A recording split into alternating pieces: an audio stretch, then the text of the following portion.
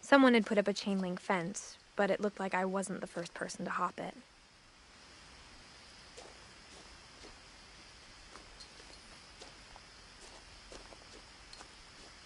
My brother Milton disappeared when I was 4. It was like the house just swallowed him up.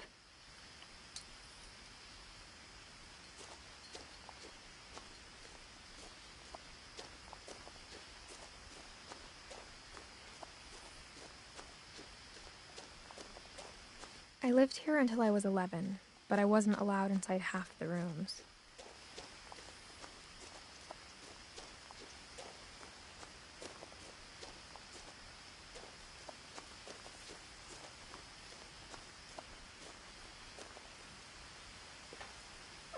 Inside the mailbox were bills from 7 years ago, marked urgent, open immediately.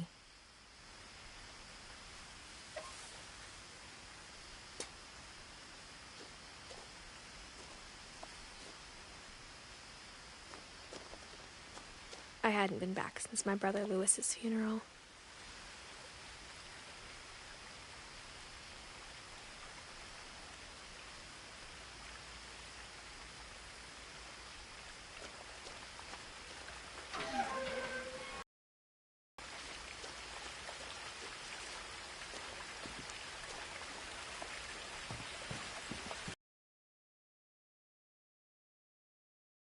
A key, but didn't tell me what it unlocked.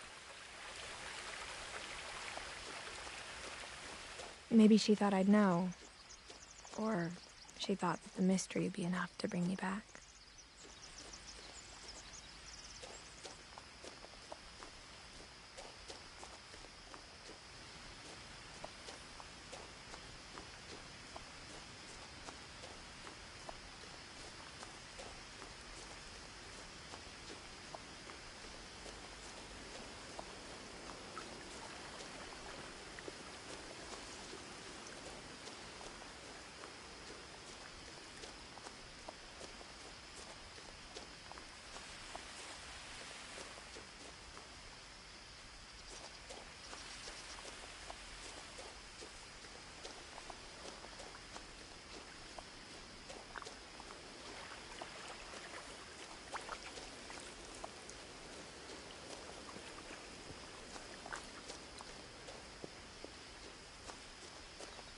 The truth is, even after I inherited the house, I never thought I'd come back to it. But now I had questions about my family that only the house knew the answers to.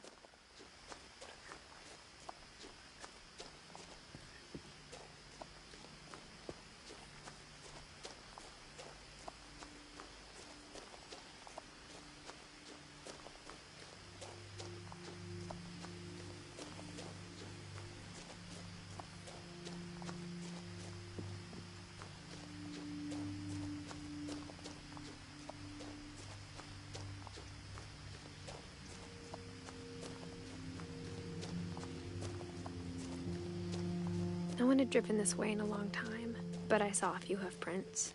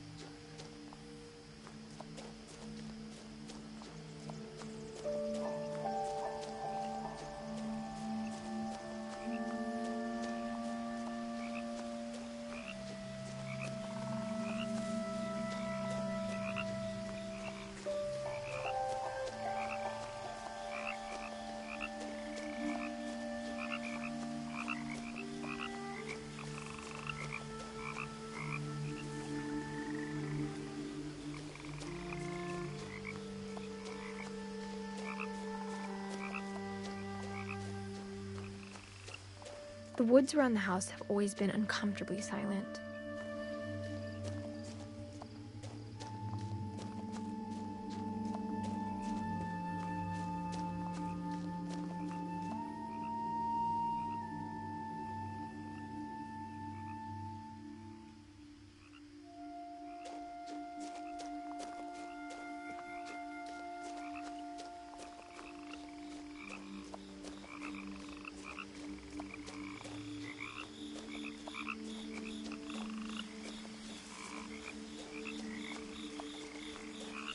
The house was exactly like I remembered it, the way I'd been dreaming about it.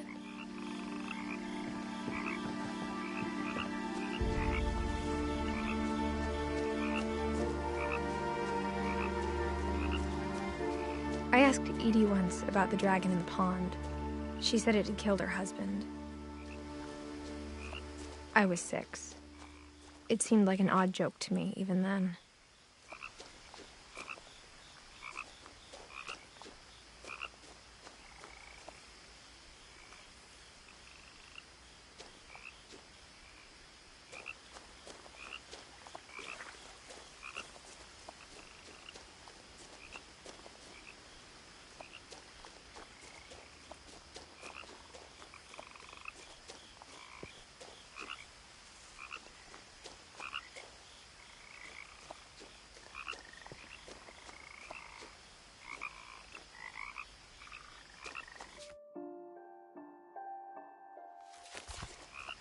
As a child, the house made me uncomfortable in a way I couldn't put into words. Now, as a 17-year-old, I knew exactly what those words were. I was afraid of the house.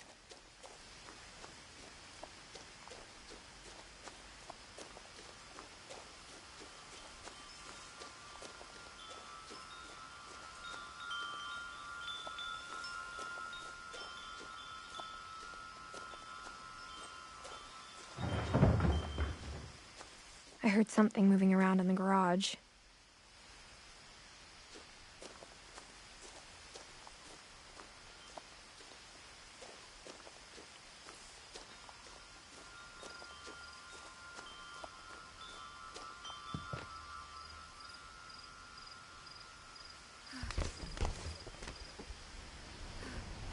Crawling through the doggy door used to be a lot easier when I was 11. The power had been turned off the night we left.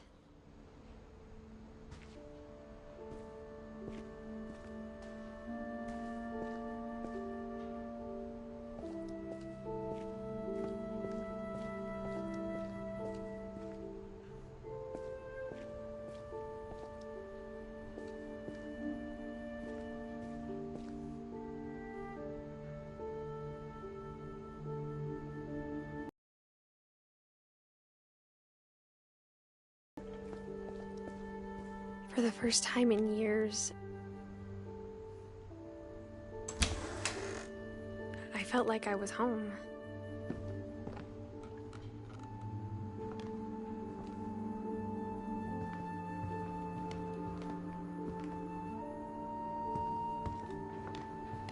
But instead of a family, there were just memories of one.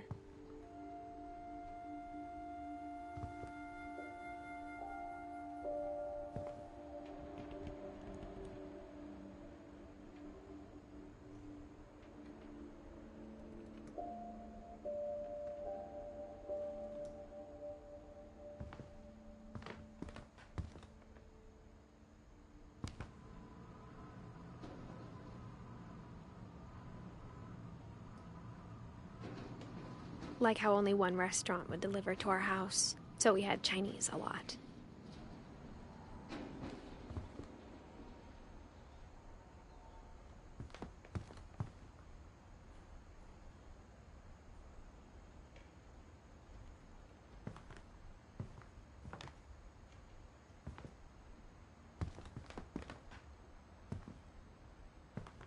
Or how after Louis started working at the cannery, we all got sick of eating salmon. Except our cat, Molly.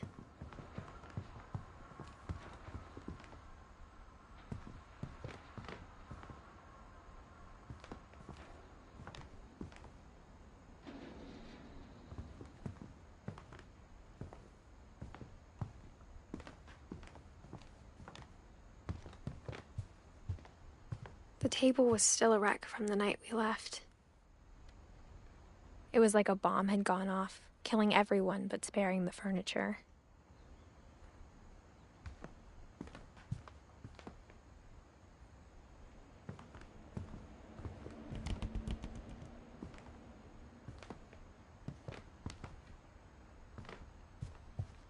My mom was the only one of us who could imagine Great-Grandma Edie living in a nursing home.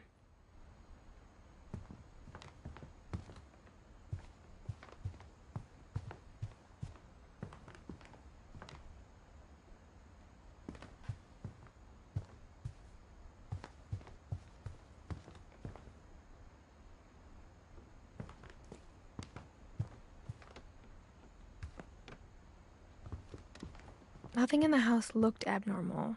There was just too much of it, like a smile with too many teeth.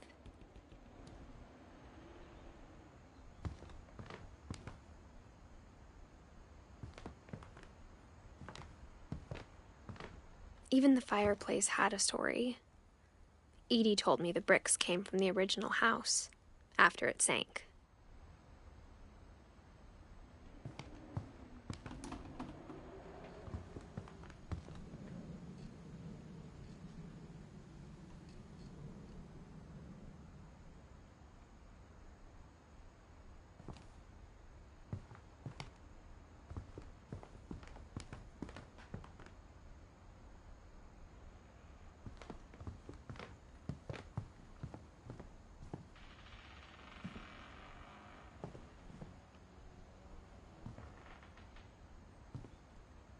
Mom always told me to stay out of the basement, so I wasn't too surprised when the key didn't fit.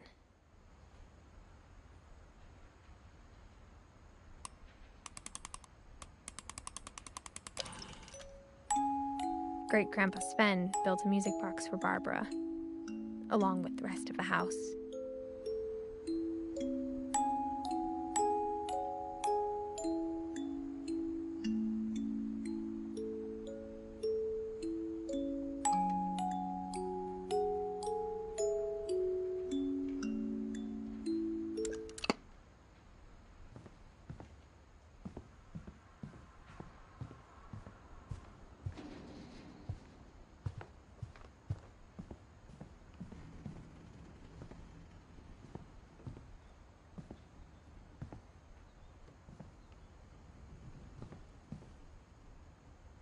A lot of things got left behind in the whirlwind of that last night. My mom wasn't much of an optimist, but she never stopped believing that my brother Milton was alive.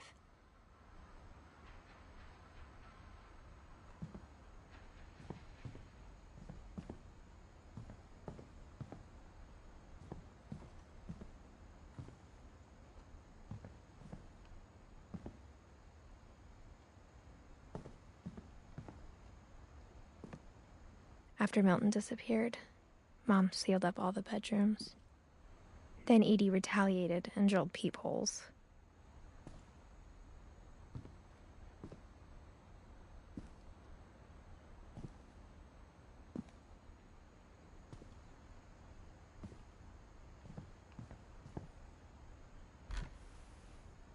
Edie told me once that every Finch who ever lived is buried somewhere in the library.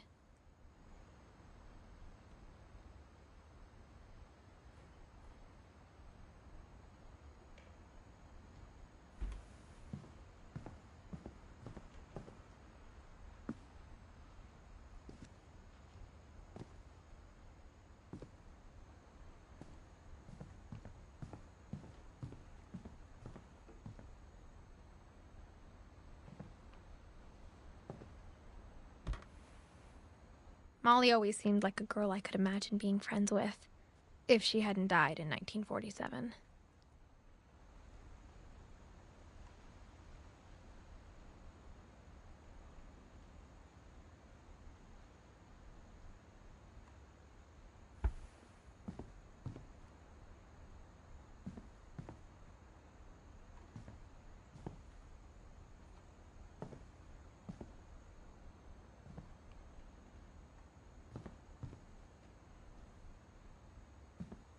I spent a lot of time playing in Great Uncle Walter's room.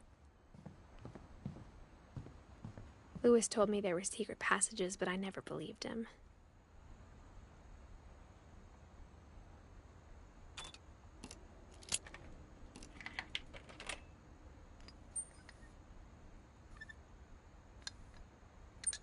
Turns out, my mom was really good at keeping secrets.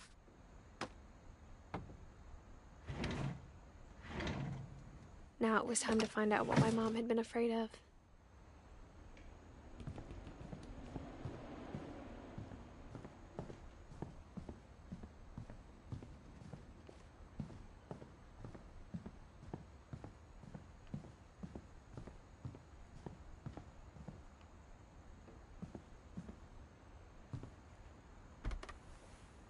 My Grandpa Sam spent 7 years sharing a room with his dead brother, Calvin.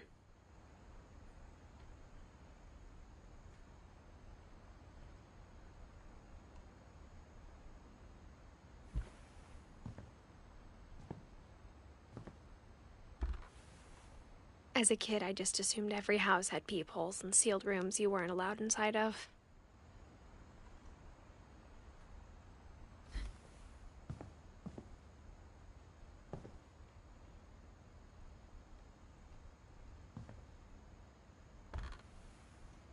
The last time I was in Edith Sr.'s room, I was 10 and she was painting my portrait.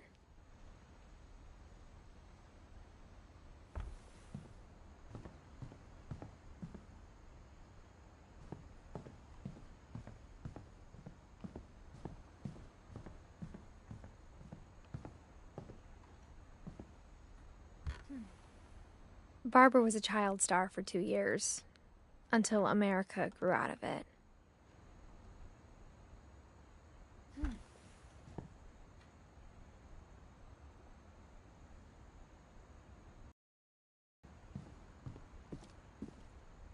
Mom must have locked the third floor stairs on the night we left.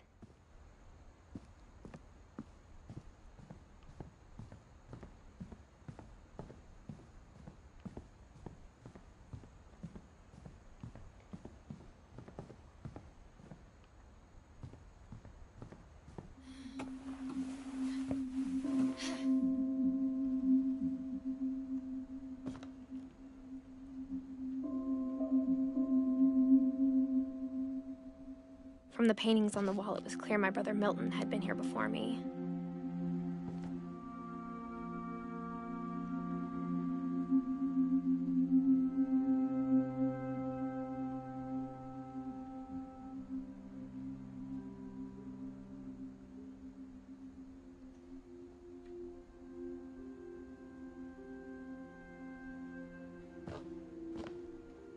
Reading this, maybe it sounds like I had a plan, but I had no idea what was behind that door.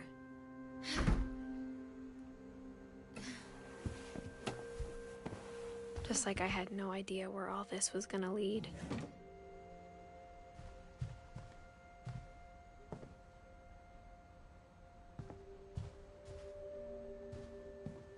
I got the sense Edie had spent a lot of time here, before my mom sealed the doors.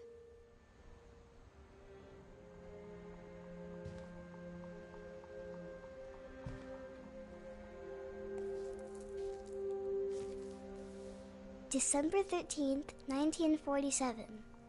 Dear Diary, I'll be gone soon, but I wanted to tell somebody about what's gonna happen. It started when Mom sent me to bed without dinner. I woke up and I was starving, so I looked around for something to eat.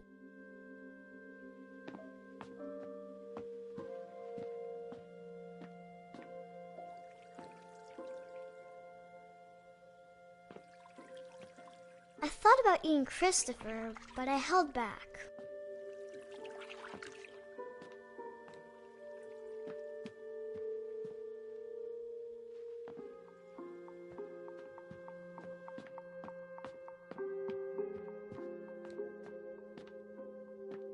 My Halloween candy was all gone. The gerbil food was dry, but I didn't mind it.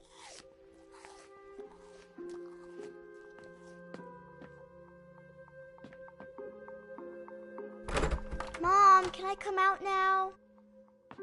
Sweetheart, it's late. Go to sleep.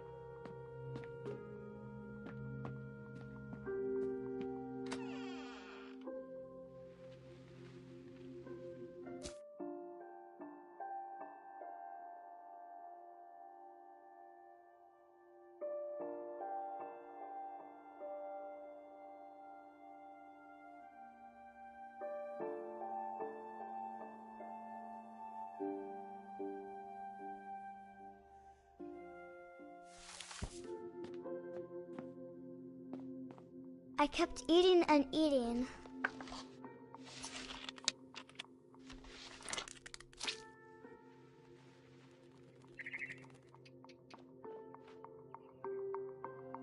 I ate a lot of things that night.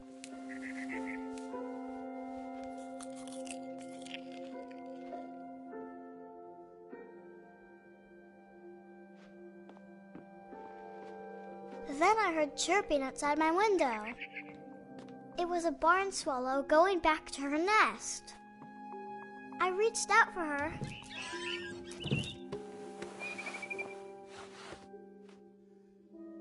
And suddenly, I was a cat.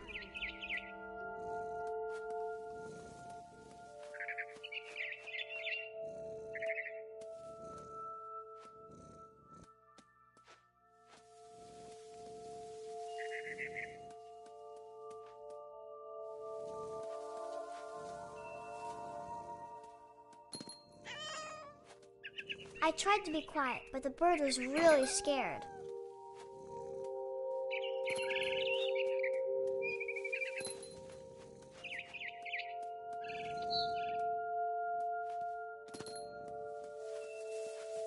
Mom and Dad didn't even look at me.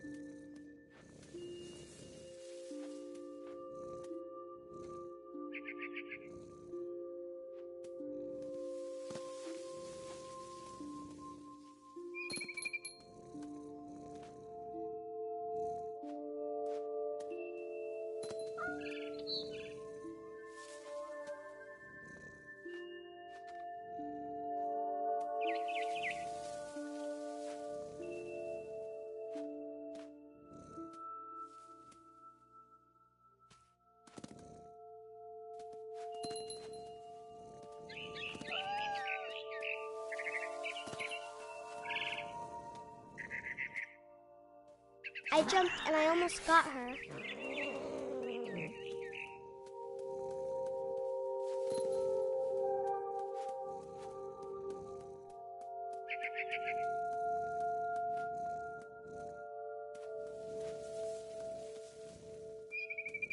I could tell she was getting really tired.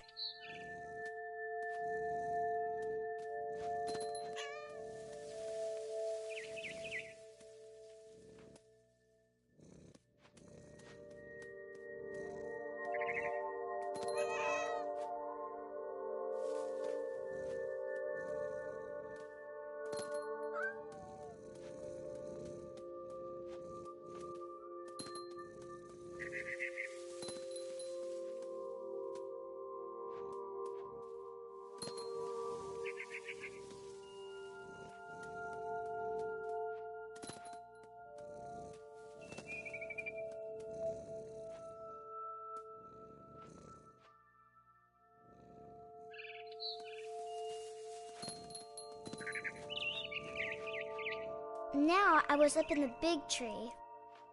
I promised Dad I wouldn't climb it anymore. All I cared about was eating that mama bird.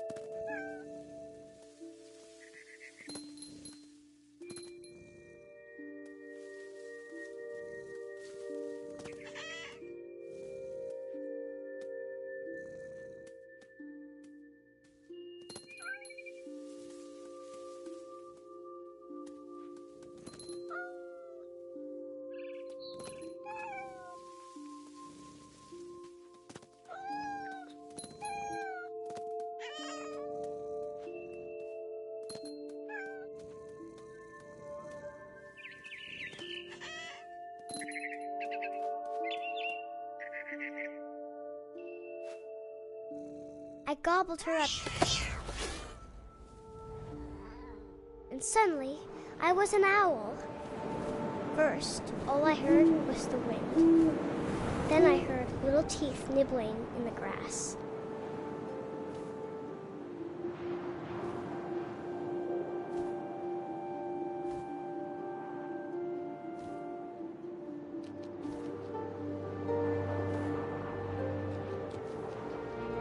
Rabbits.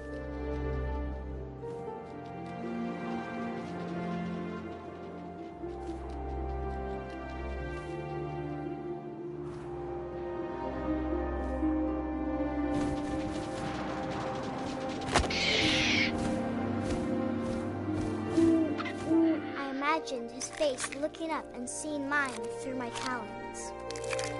I swallowed him up, and I didn't chew one bit. Then I flew off to find something bigger.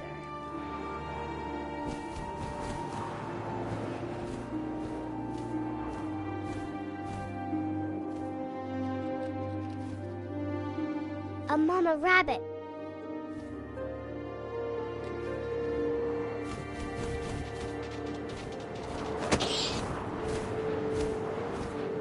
She was almost too big to carry. I started choking, but I couldn't stop eating. And suddenly, I was a shark.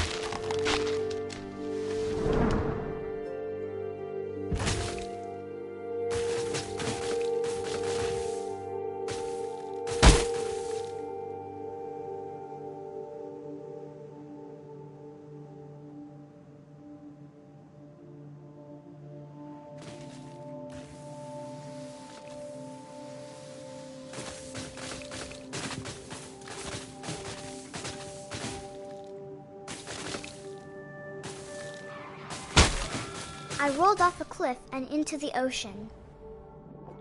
Now, I was hungrier than ever.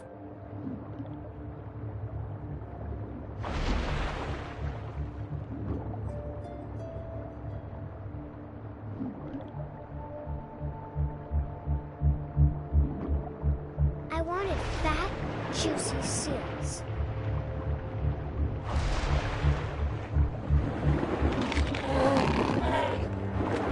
Off her flipper, and it tasted really good.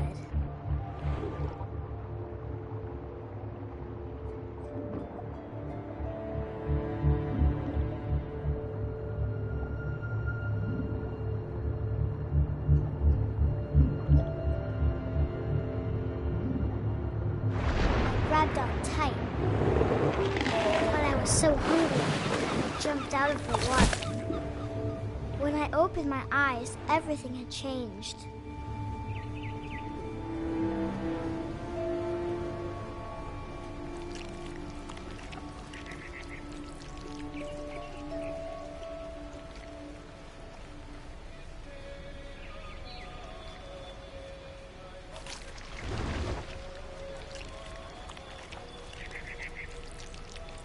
Now I was a monster, and I smelled people everywhere.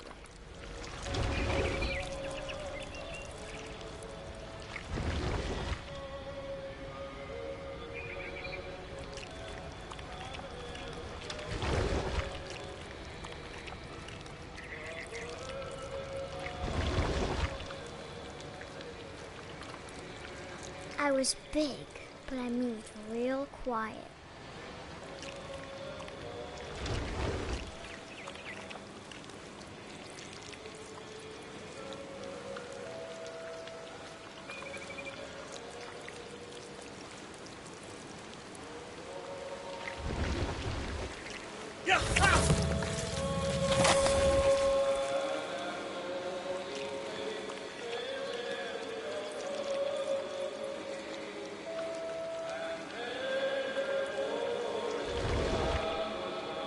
I wanted to stop, but also I didn't.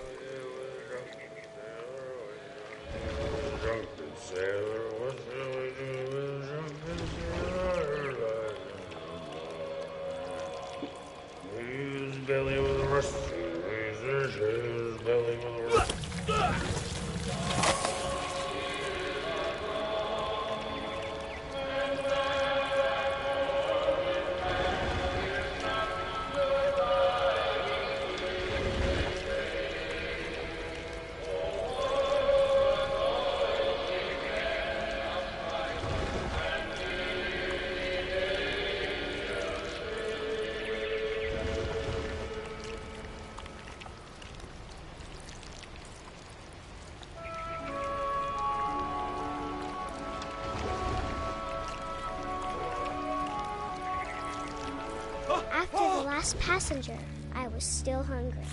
And across the water, I smelled something new. Something I had to have, so I swam towards it.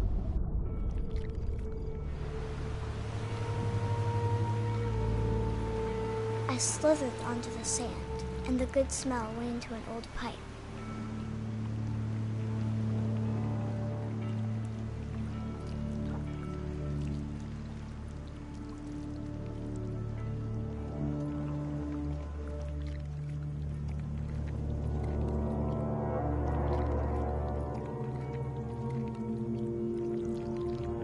I got closer and closer.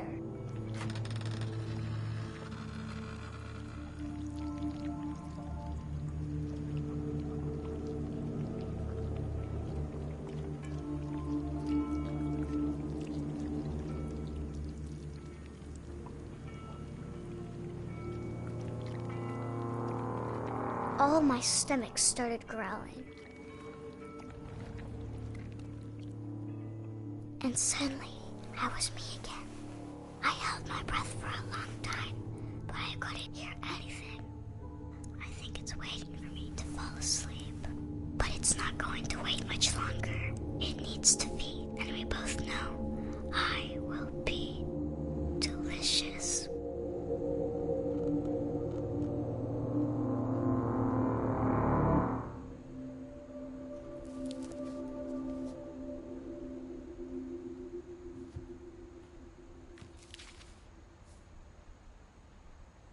I'm not sure if I believed all of that, but I'm sure Edie would have.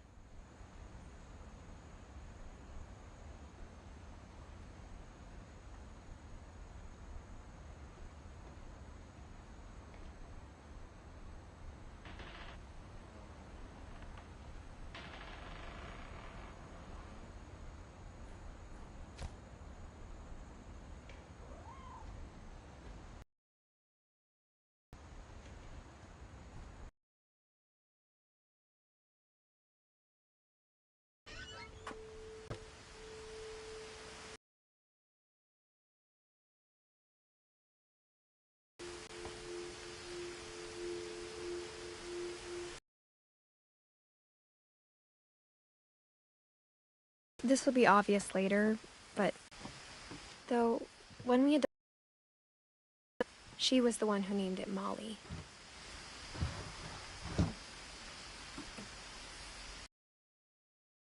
Time in Great Grandma Edie's room.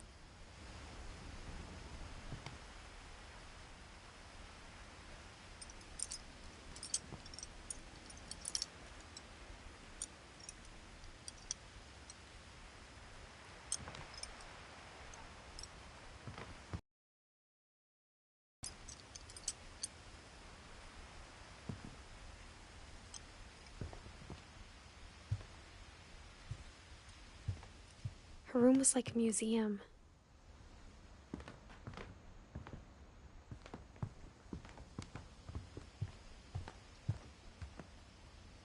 When Edie told people Sven was killed by a dragon, she could also have said he was building a dragon-shaped slide that collapsed. She could have, but she didn't. One summer, they evacuated the island, but Edie refused to go. For a few weeks, she was a celebrity. I hadn't thought of myself as Edith Jr. for a long, long time.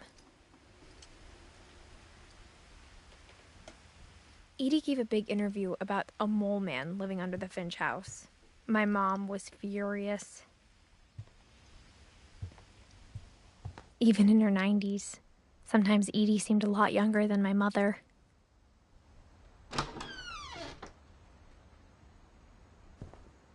The only trace Grandpa Sam's first wife, Kay, left on the house was the pink bathroom. It was a pretty big trace.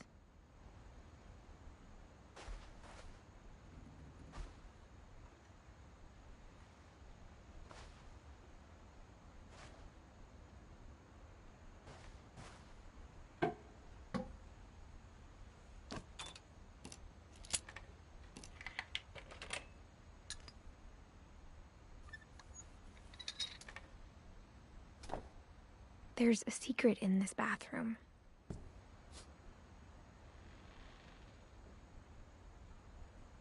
It's in the last place you would look. It isn't in the cupboard. It's hidden in this book.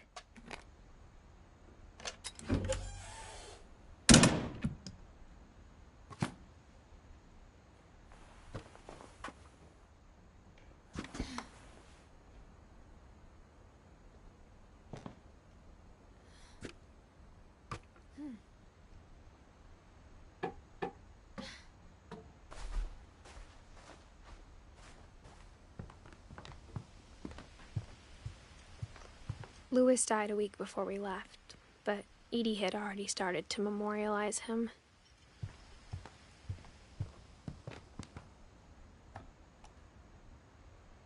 For 500 years, the Finches have been famous throughout Norway for their fortune and misfortune. Odin Finch buries the latest victims of the family curse, his wife Ingeborg and their newborn son, Johan.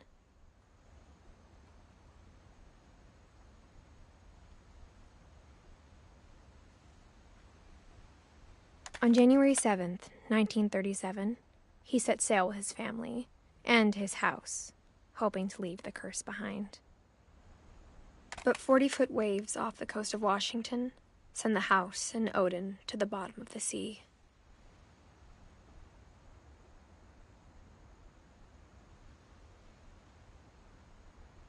Odin's daughter Edie, with husband Sven and baby Molly, step ashore on their new home, Orcas Island.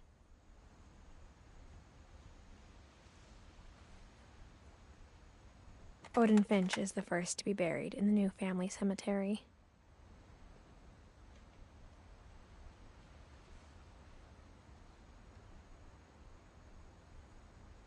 His daughter Edie is already dreaming of a new Finch house.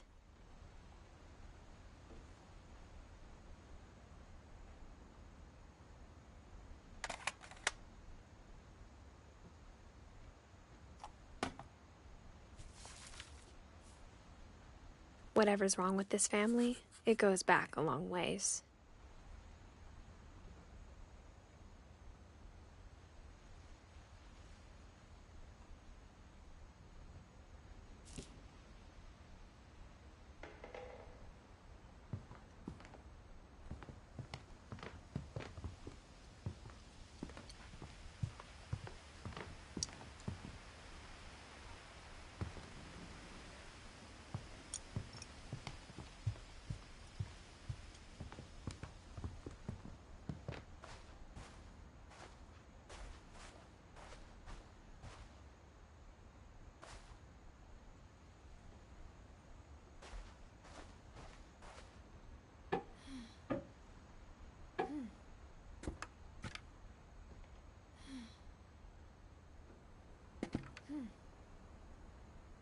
Sven gave Sam an old camera he'd refurbished. He never put it down.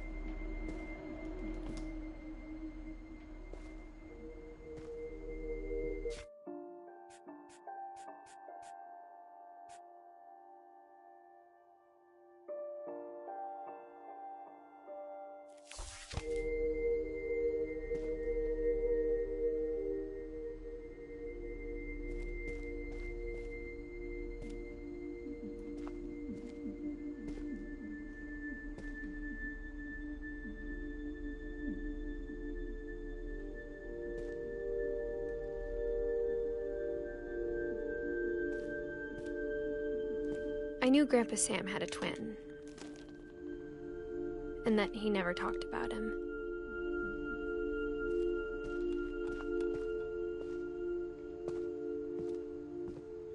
I guess my grandpa didn't like history any more than my mom did.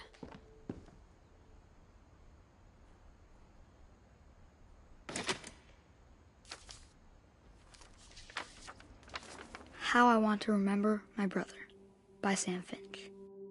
The thing I remember is that when he made up his mind, that was it.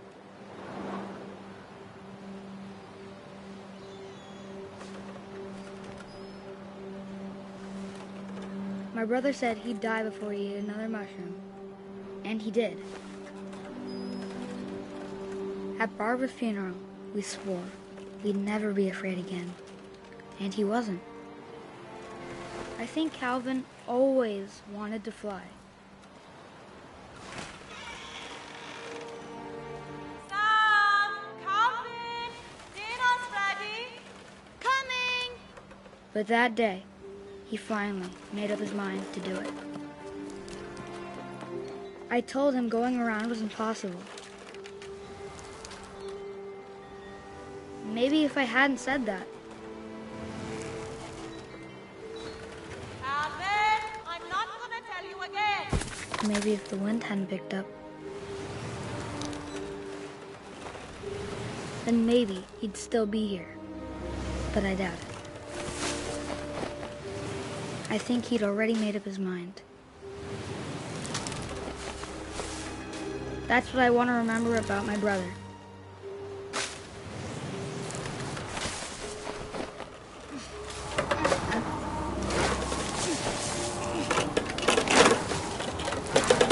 The day he made up his mind to fly. And he did.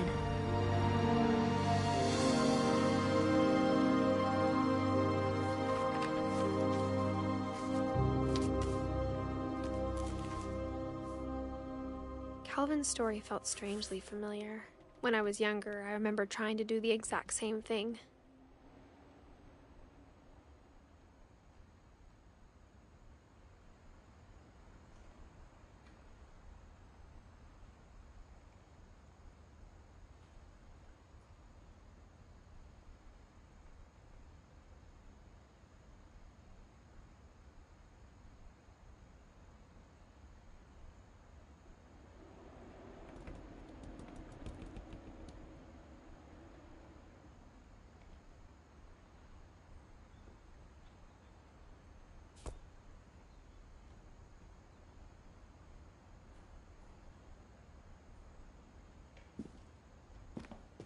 After the funeral, Edie roped off Calvin's half of the room.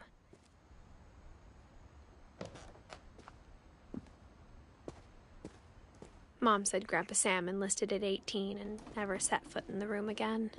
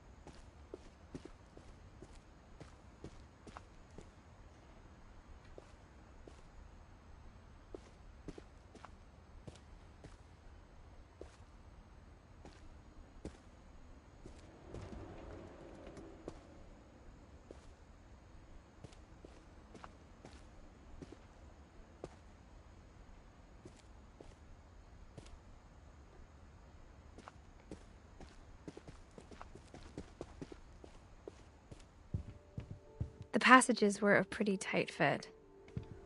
They'd obviously been built for smaller hands and bellies.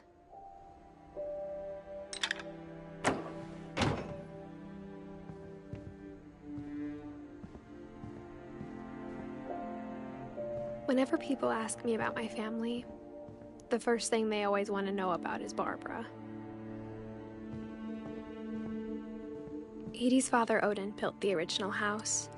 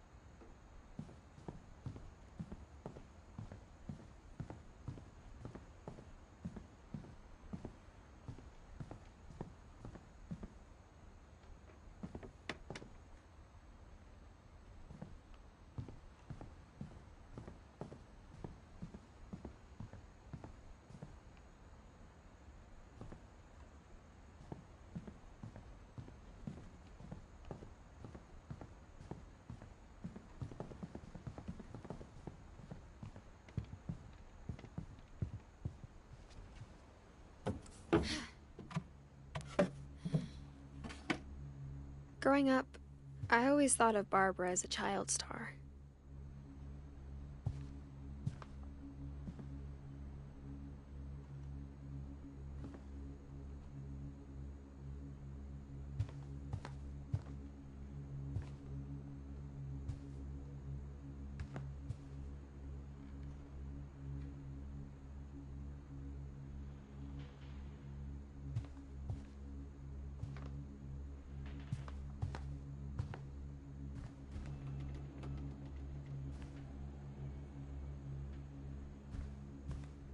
I never thought about how hard it must have been for her afterwards.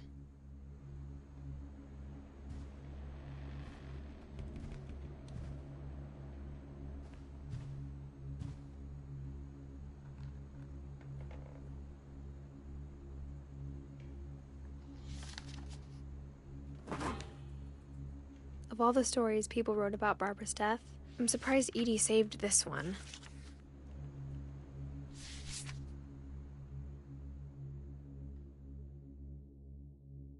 Old Jack here with another ghastly tale inspired by America's most unfortunate family. I'm calling it The Surprise Ending of Barbara Finch.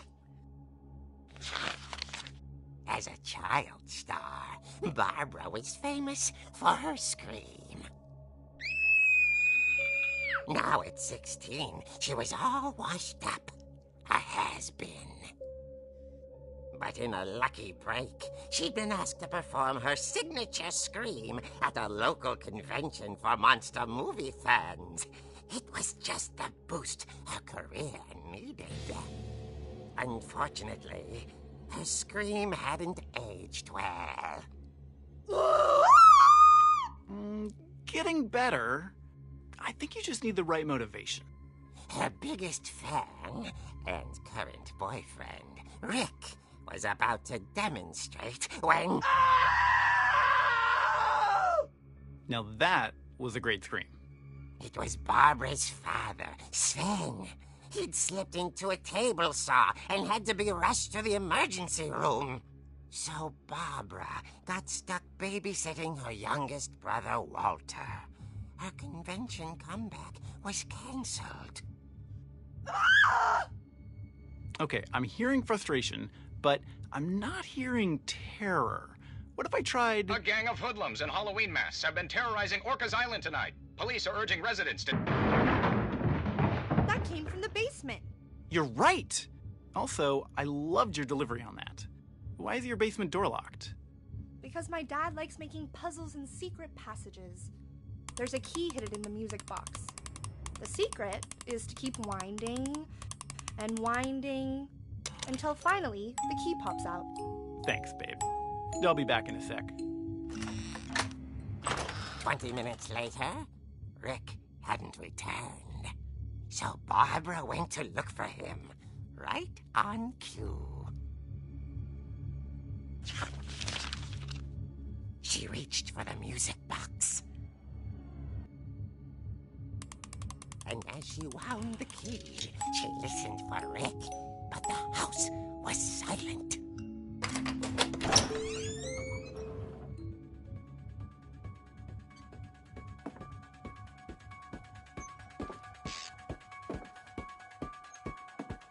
She found Rick's crutch and imagined the worst.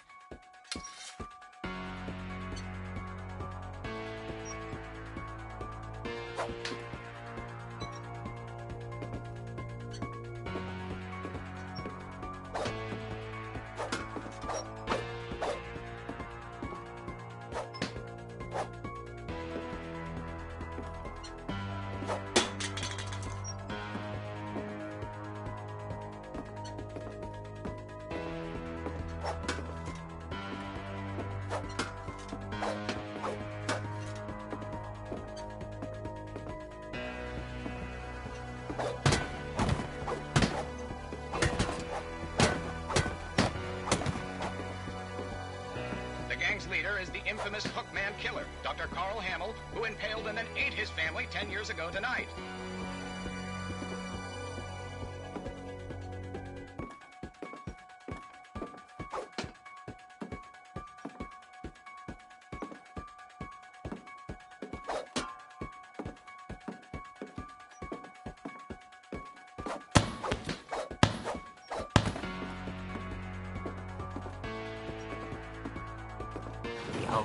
edge rattled and grew still.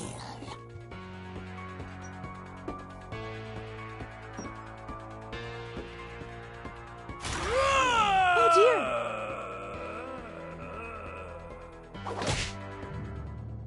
Oh! Rick? Barb, relax. I was just trying to scare you to help you find your scream. Well, I'm not scared, Rick. I'm furious. Then act furious. All I'm getting from you now is that you're hurt and confused and you're... She threw him out, but she kept a little something to remember him by. Barb, have you seen my other crutch? And she was still holding it when she fell asleep watching the late picture show. Hours later... Barbara! Walter, what's going on up there? Ah! Okay, I'm coming up, but if this is a trick, you're dead, Walter.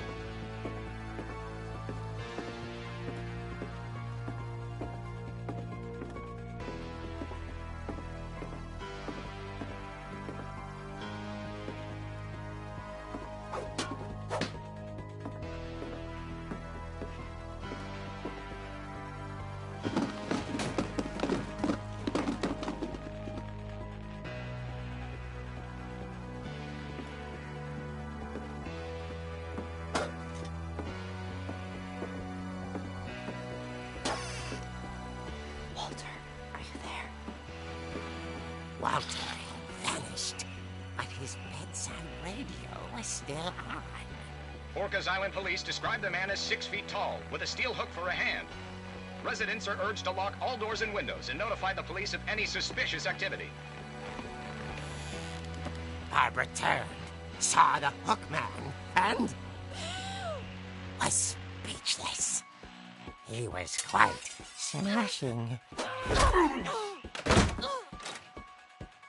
And who he was, he couldn't get enough of Barbara. Okay, Barbara, there's gotta be another way out of here.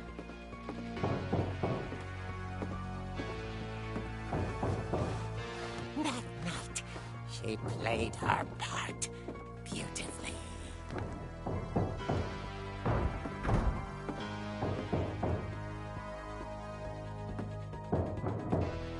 Molly's door hadn't been opened in years.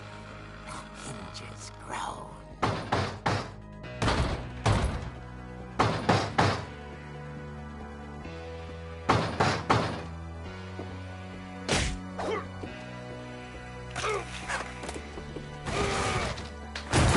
He wasn't moving, but she sensed the story might not be over yet.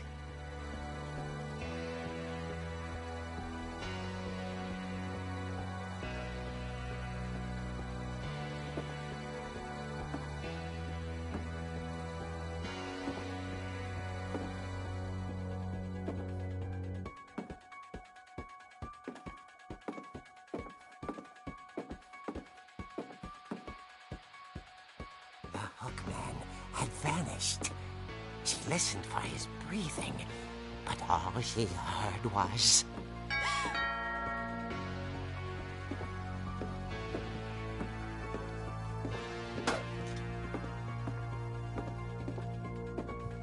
At the door, she heard whispering.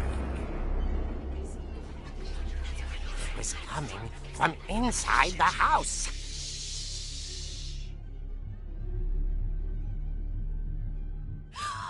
Oh dear. The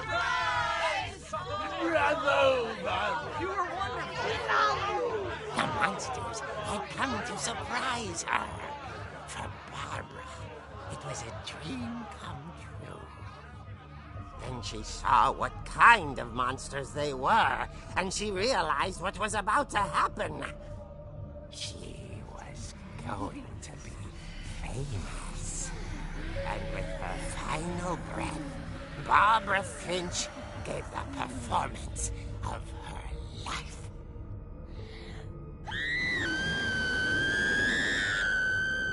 I wasn't there myself, but I hear Barbara was magnificent. Poor girl. She had a taste for stardom. But unfortunately, so did her fans.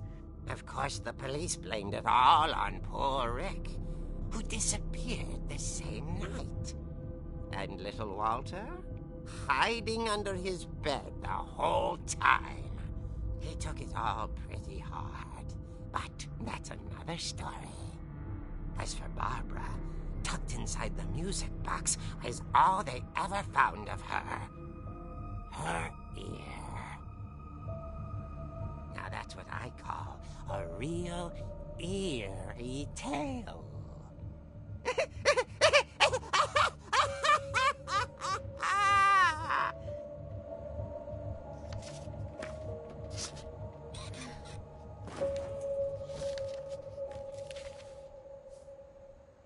Edie told me all Barbara wanted was to be remembered, as absurd as that comic was.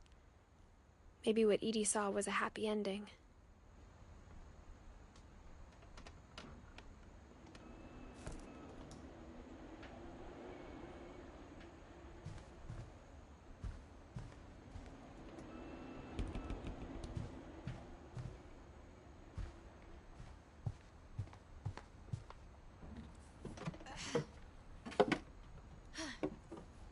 I guess now I know why Mom didn't like me playing with the music box.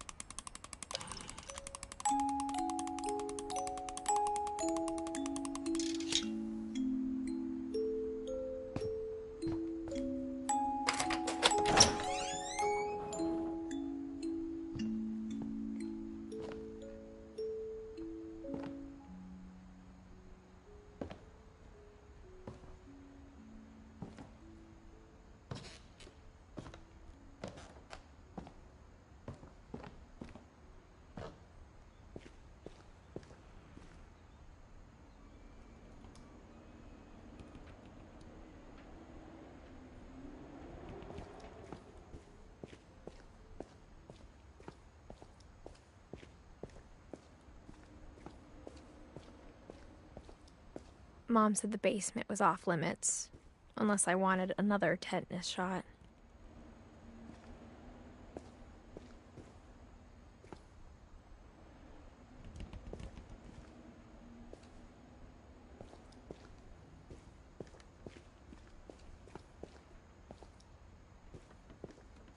I saw Edie sneak down to the basement once, carrying packages.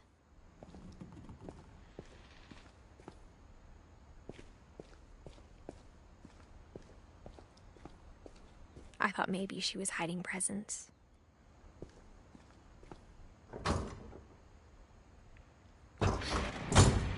It turned out she was hiding a lot more than that.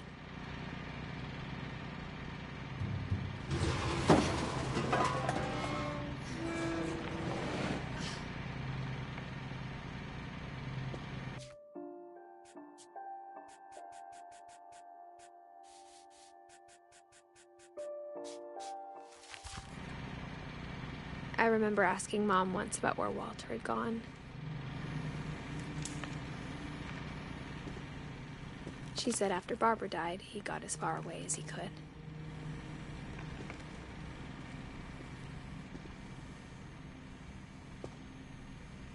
If there's a pattern in all these stories, I think it's that none of us has gotten very far.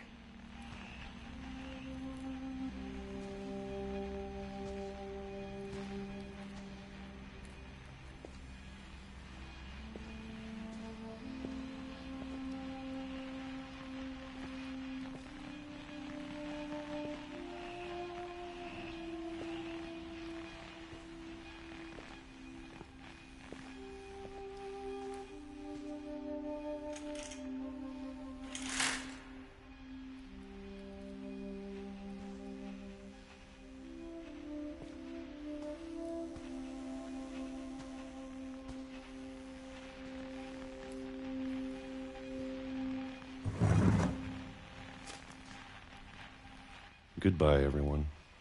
I can't believe I've been down here for 30 years. On that first day, after the shaking started, I didn't think I'd survive a week.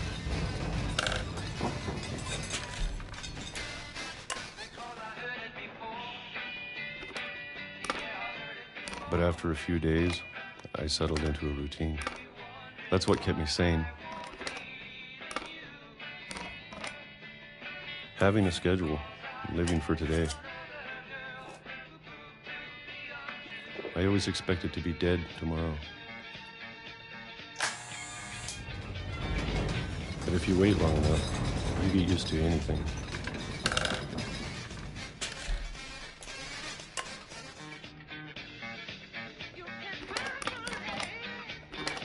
Even a monster on the other side of a door starts to feel normal. Almost friendly.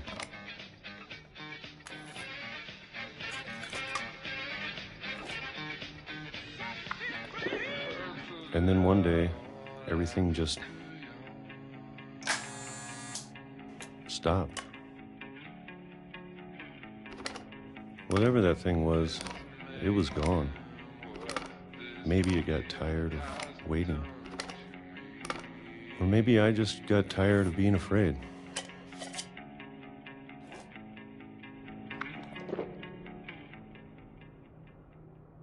It's been a week now, the longest in 30 years. I'm done waiting. I have to leave while I still can.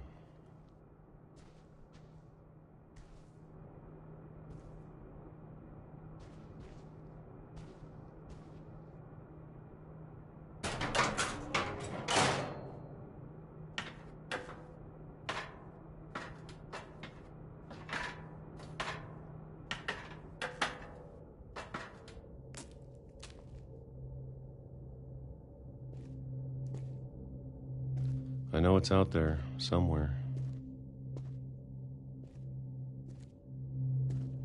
Whatever killed Barbara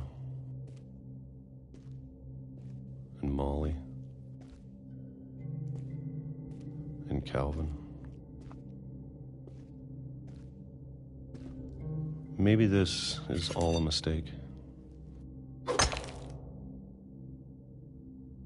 But I need to stop living the same day. Even if it kills me.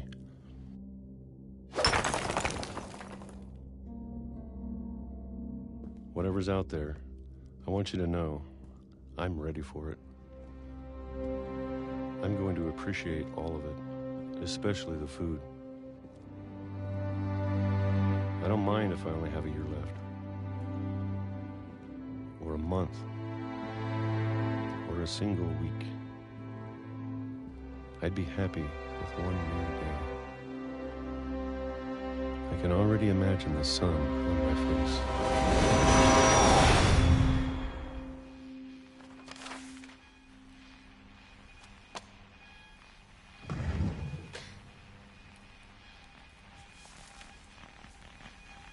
Walter died when I was 6. I can't believe my mom never told me he was down here.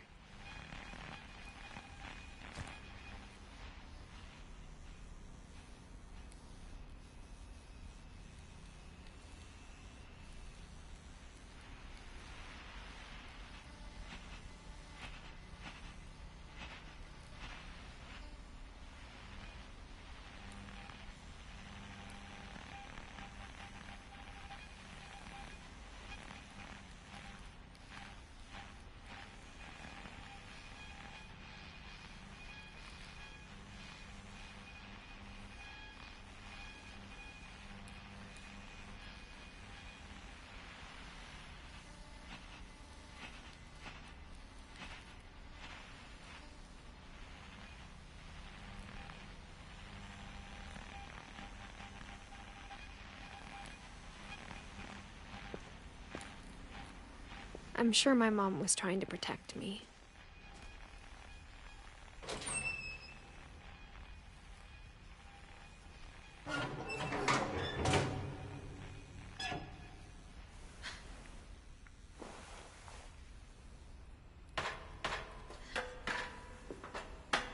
Maybe she was afraid I'd end up like Walter.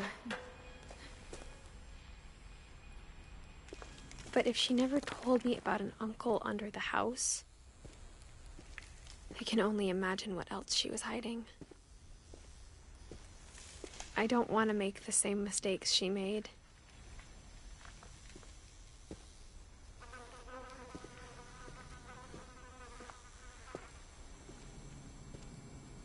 Trying to bury something that's still alive.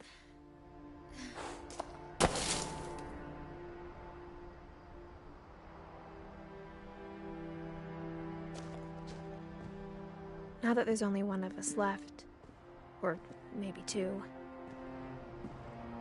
I thought it was time I heard the stories for myself and found out what happened to everyone else. But now I'm worried the stories themselves might be the problem. Maybe we believed so much in a family curse, we made it real.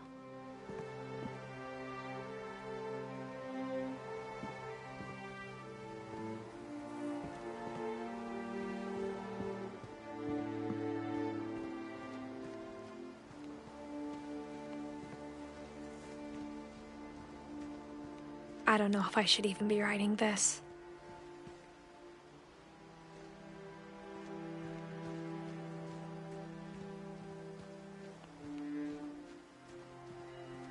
Maybe it'd be better if all this just died with me.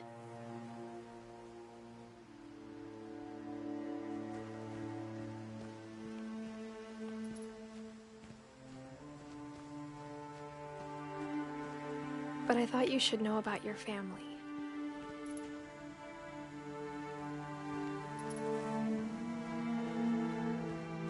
And the history you're a part of.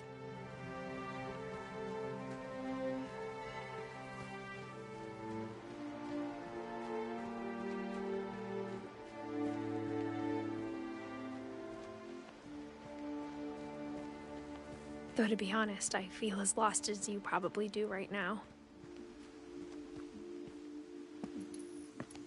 I think the people in these stories believed them, for what that's worth.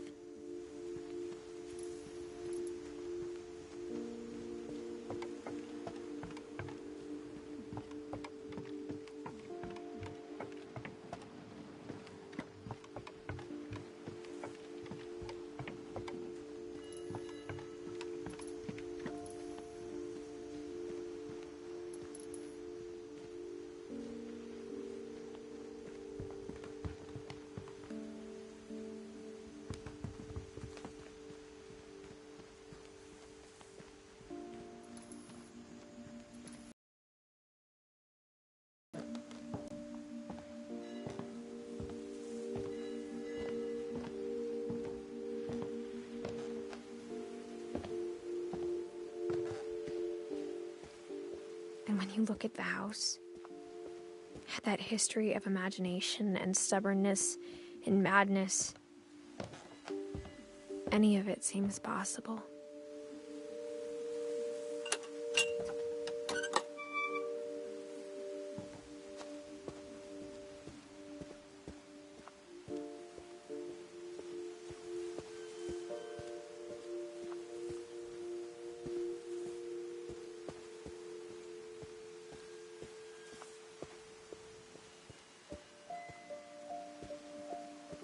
I think we've been surrounded by death for so long, we've just gotten used to it. What kind of family finishes building a cemetery before starting the house?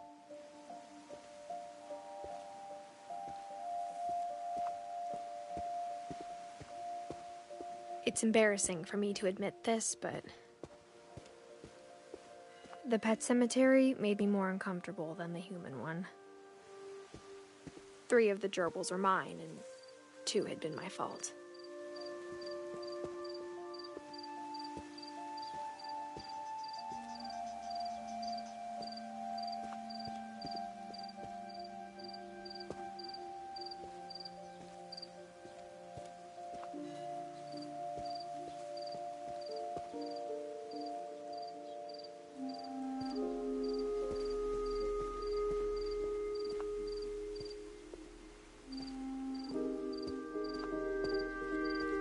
Sven built the house, but it was Edie who designed the cemetery.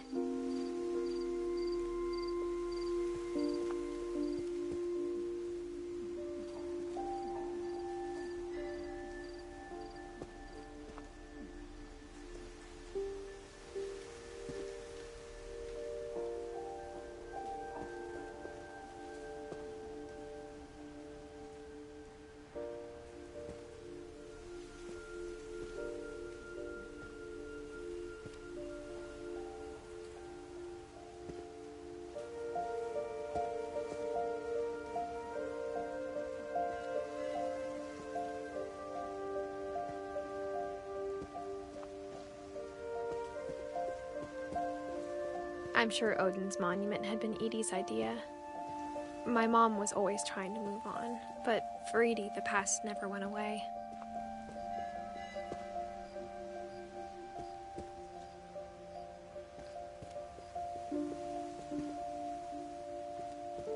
She could see it poking out of the water at low tide.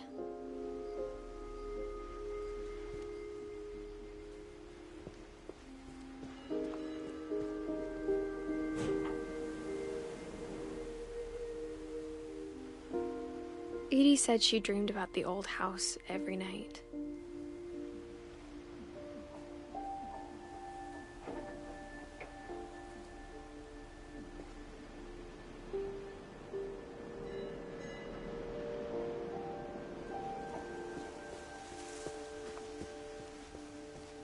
Edie's side was always easier for me to understand.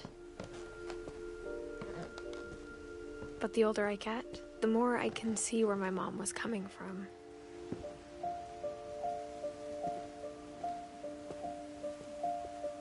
Her dad had been pretty strict, but it wasn't enough to save her brothers. She was just trying to do better.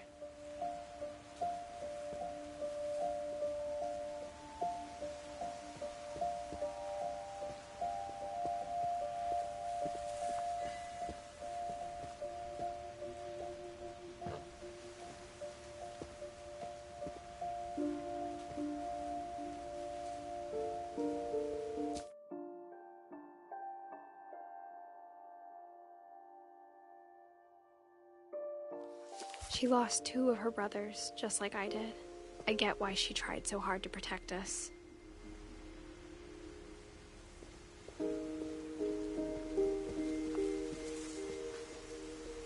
There's so many things I wish I could ask my mom now. Part of me thinks this is what she wanted all along. For me to come back someday and find everything out for myself.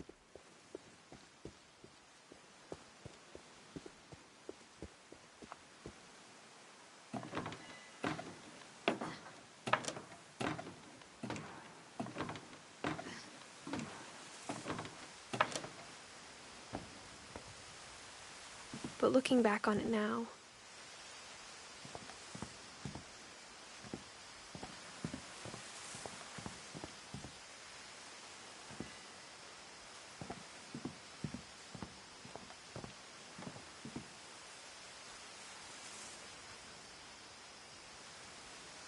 if she told me there was going to be so much climbing,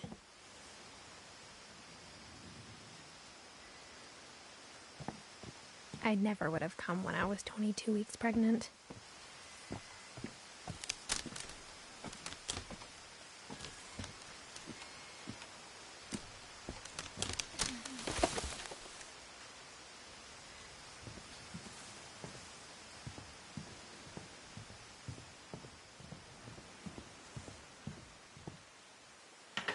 I never met Grandpa Sam, but I think he and my mom had a lot in common.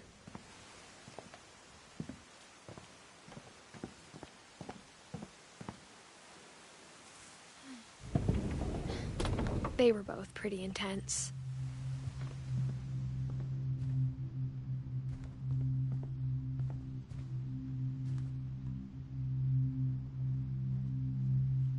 Sam spent his life shooting photos, but Mom said he got nervous being in front of the camera. I guess we're all afraid of something.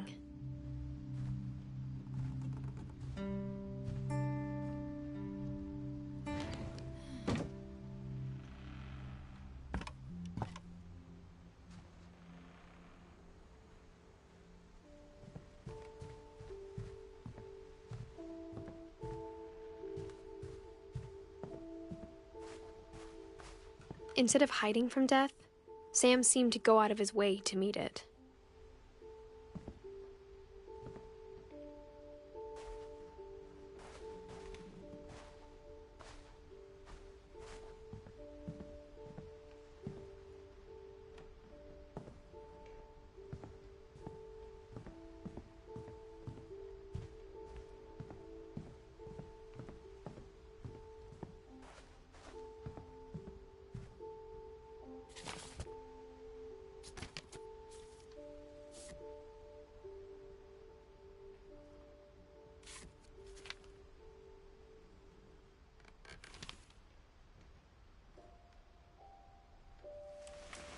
Dawn, I promise, you'll never forget this weekend. Yes, sir. These memories are gonna last a lifetime. Mm-hmm. Am I gonna have to shoot anything? It's a hunting trip, Dawn. Shooting is strongly encouraged. Not quite. What? Perfect. It's gonna rain the whole weekend, isn't it?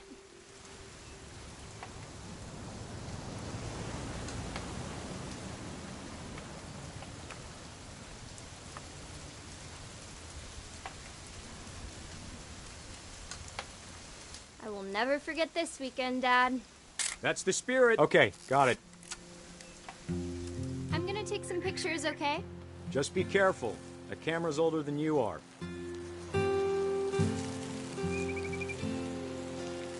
Definitely should not have drunk all that coffee.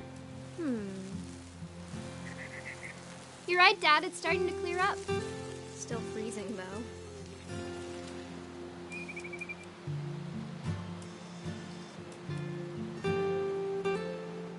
Nothing quite like being outside. Hey! That's a keeper. Hold still while I take a picture of you.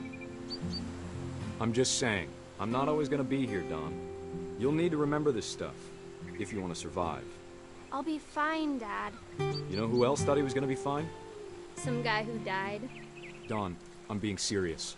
I know, Dad. You're always serious. Doesn't being out here make you want to chill out?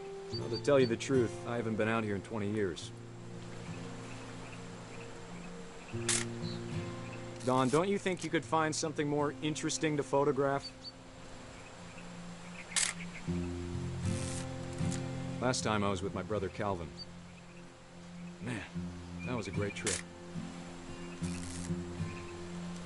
Your grandpa Sven taught us how to fish, how to build a fire. Dad! Good eyes, Dawn.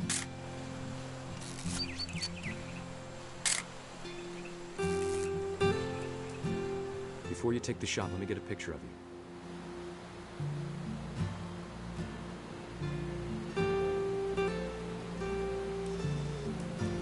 Dad, Let me get behind you. do I have to do this? Dawn, you don't have to do anything. Great shot, Dawn!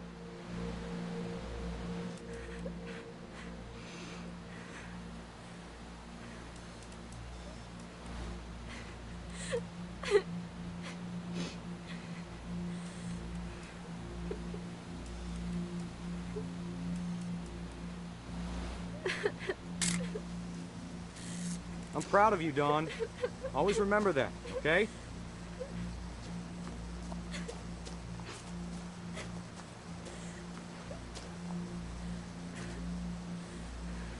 Sorry, Dawn, just gotta reset the timer.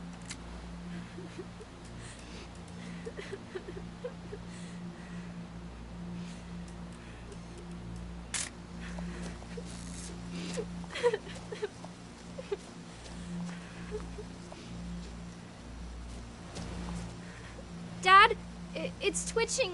I think That's it's totally so... normal, Dawn. Just focus on the camera. Try not to think about— Dad!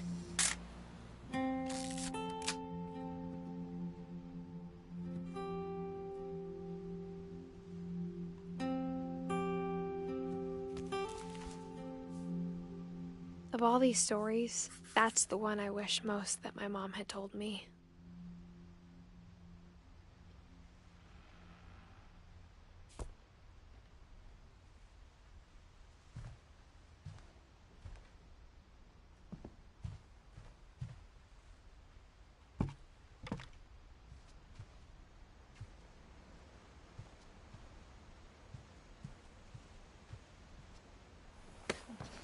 After Sam died, my mom and Edie got really close. They'd both lost a lot.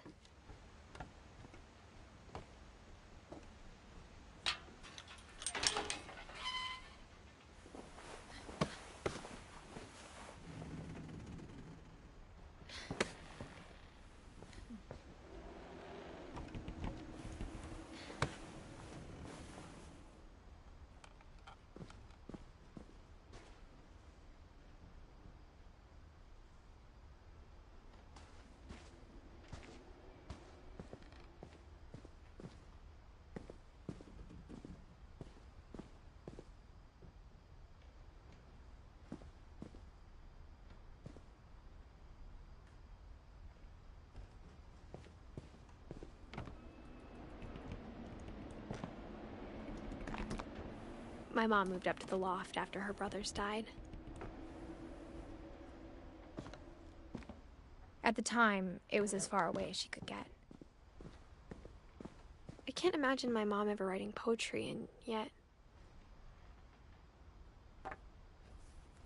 A poem for Gus, who always said the wedding was a bad idea. Our father never hit us kids, at least not very hard, before the day my brother said with teenage disregard that he'd be dead before he'd see a wedding in our yard.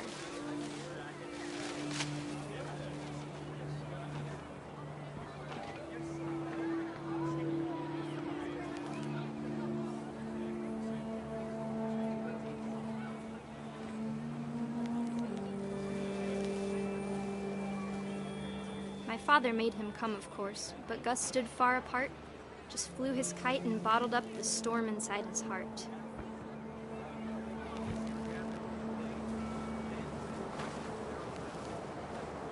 I tried to talk him out of it, but though he'd never met her, "We don't need a stepmom," were the words that I now remember. pronounce you husband and wife. You may kiss the bride.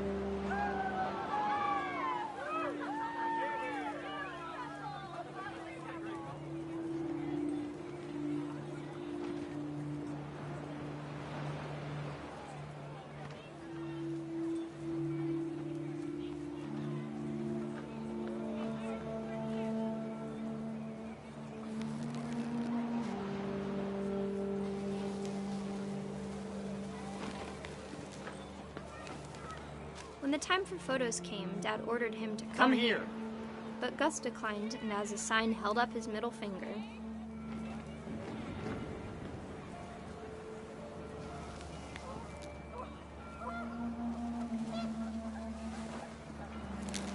The wind picked up, and panicked geese appeared and quickly went. But all the humans did that day was go inside the tent.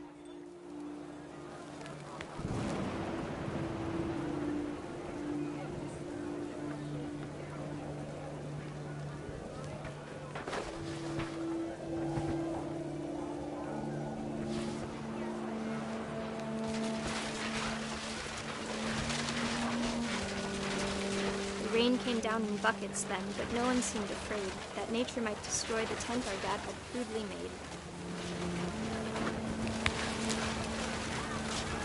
The thunder sounded much too close and full of angry power, but all my father said to this was, "Make the music louder."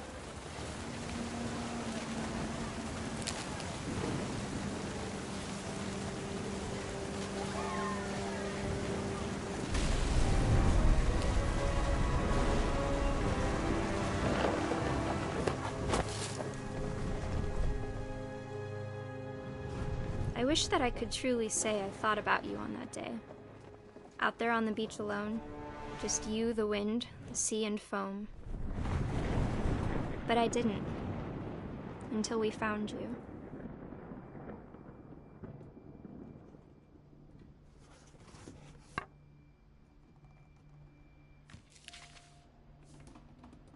She never talked about him, but Mom told me once if I was a boy, they were going to name me Gus.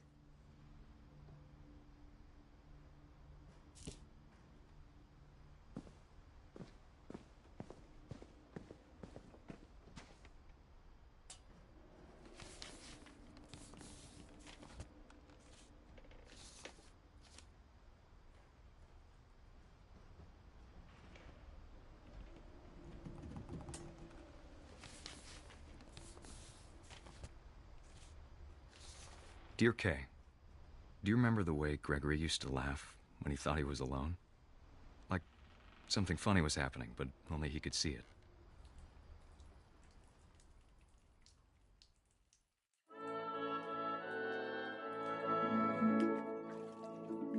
I think he saw things the rest of us don't.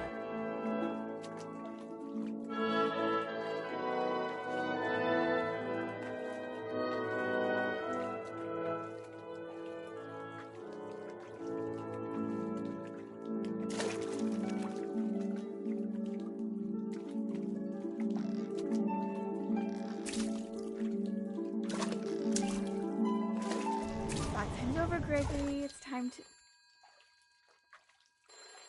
Hold on, sweetie. Hello? Sam, I told you I don't want to talk right now.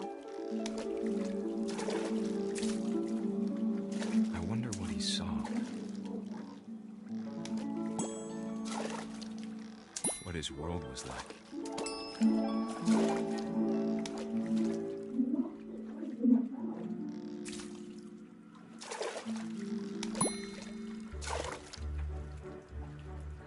Reminded me so much of Calvin. Lost in his imagination. Whatever it was he saw.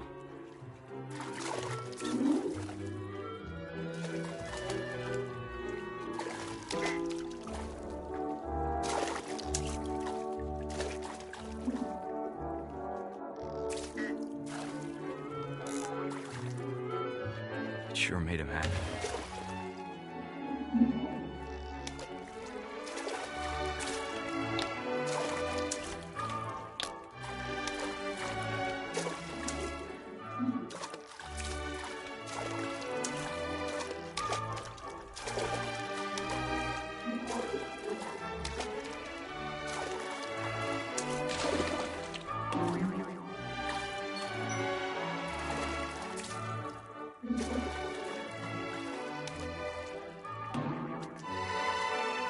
Silly it sounds.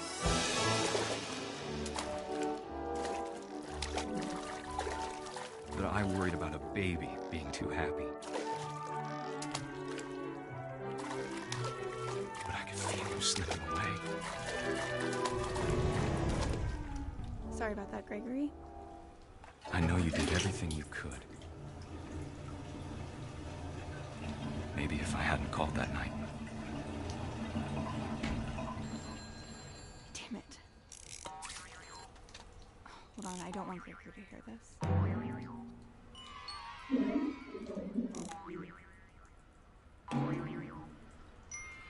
I wish he could have told us about the world he saw.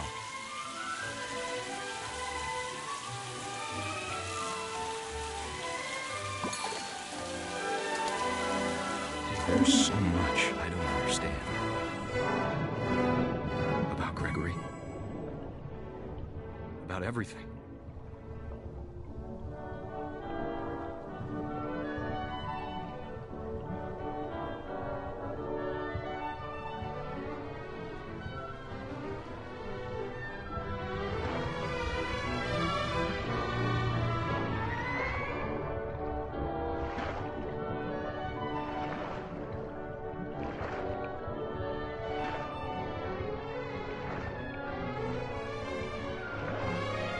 What happened wasn't your fault.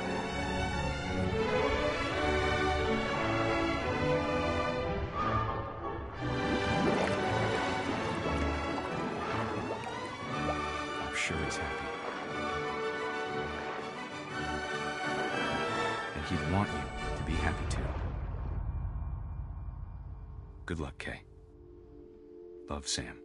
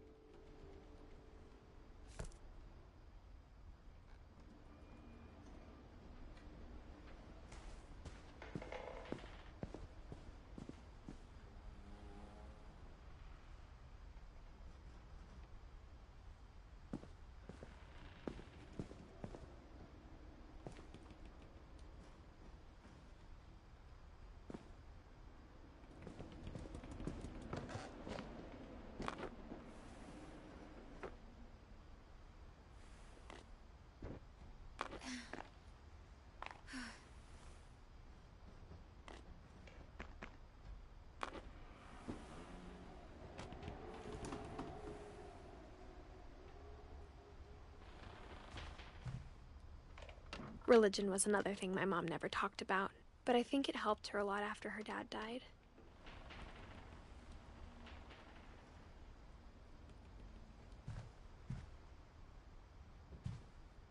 She spent a summer building houses in Calcutta, where she met my dad, Sanjay. My mom moved to India a week after graduation and got a job teaching English.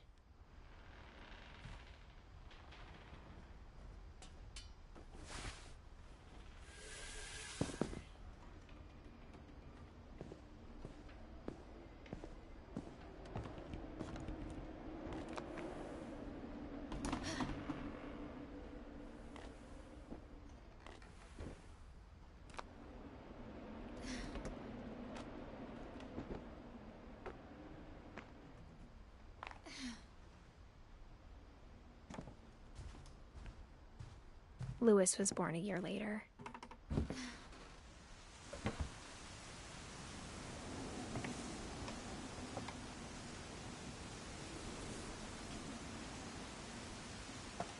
When my dad died, I don't think Mom knew where else to go. I'm sure Edie was happy to have her back. And to see kids in the house again.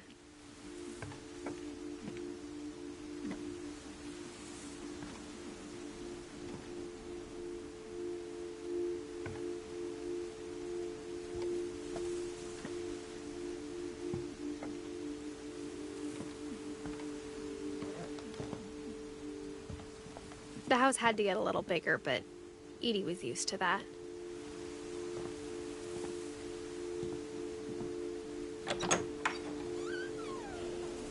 And for a while, things were good.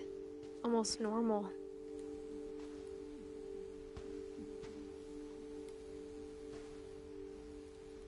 But it didn't last.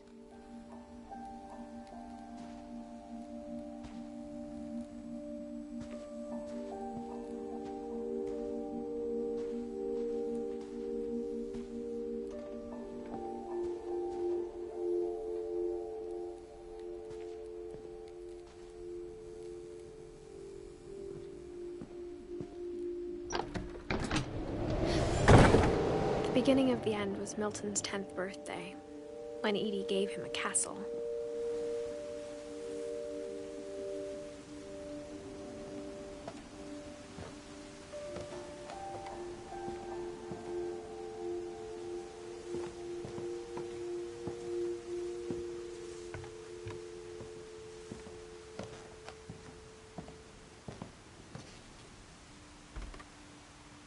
After Milton disappeared, the only thing he left behind was a room full of paintings.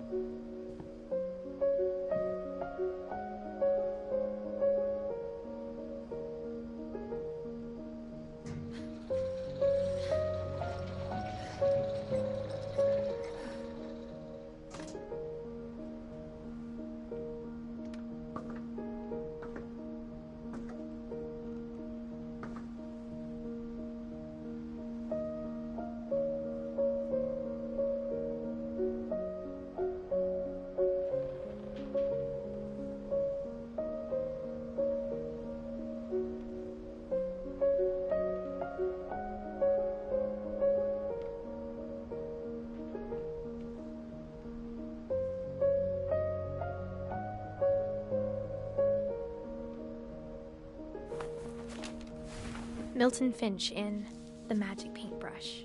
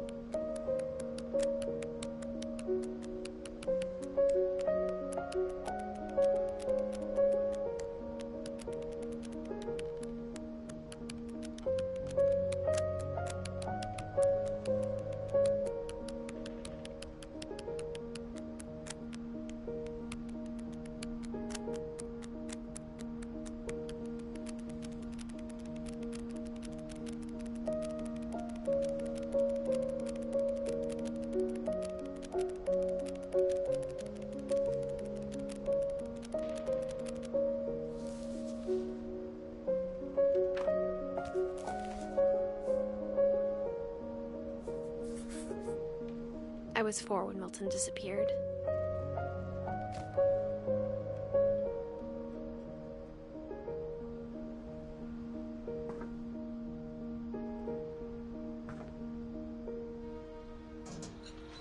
Mom spent months searching for my brother. Then she sealed the doors.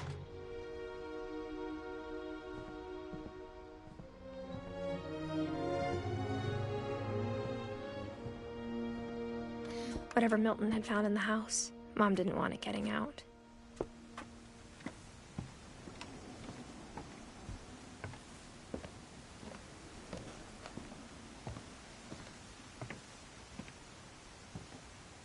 Mom definitely blamed Edie, but I think Louis blamed himself.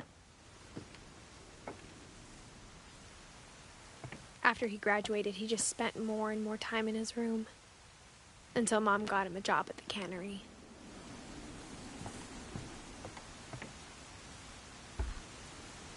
Everyone always told me to stay out of Louis's room, except Louis.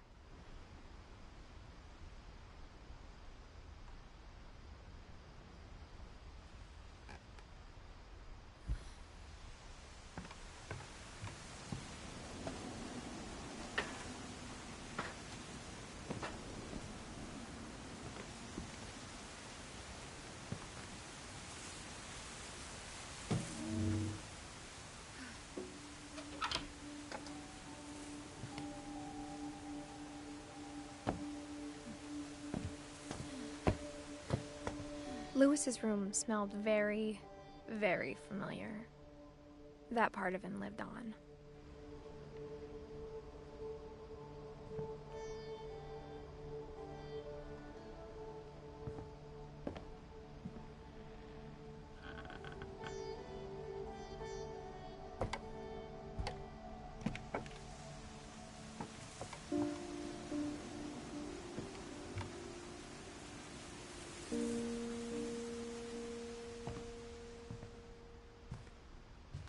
Louis and I spent a lot of time playing games together, but he was surprisingly bad at them.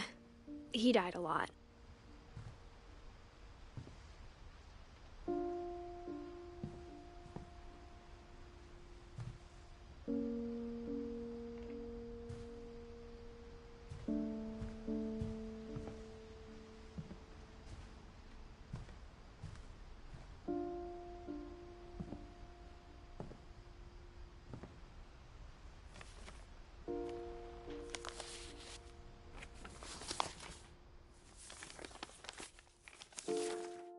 Dear Mrs. Finch, as Louis's psychiatrist, I can understand your desire for an explanation. As I see it, the trouble began in January, shortly after we convinced your son to seek treatment for substance abuse. Newly sober, I believe Louis first noticed the monotony of his daily life.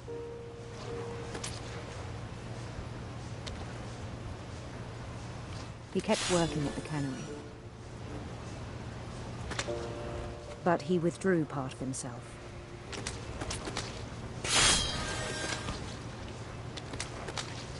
In our sessions, I saw the same behavior. His mind began to wander. I asked him to describe it.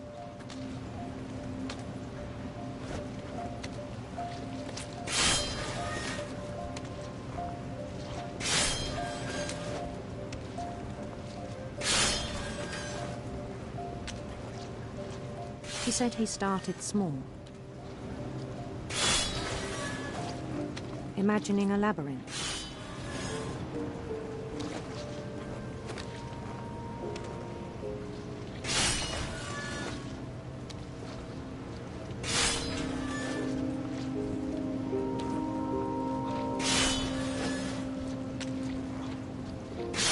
He'd feel his way about.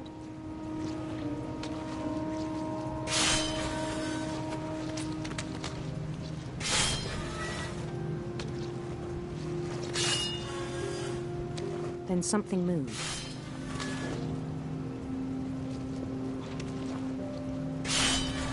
Bats. And toads.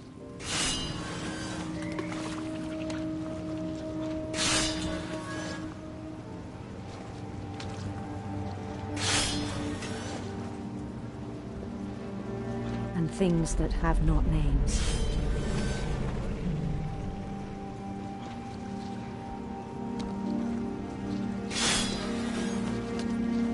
He knew it was all in his head.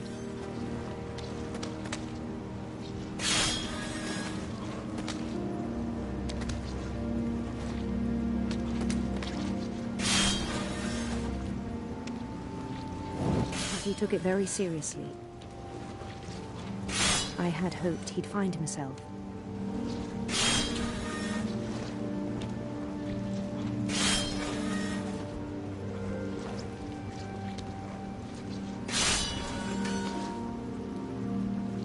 But he found something more.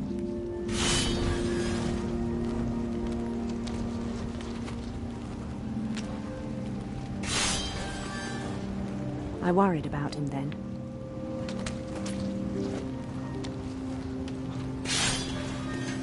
Daydreaming at the cannery. I spoke with his boss.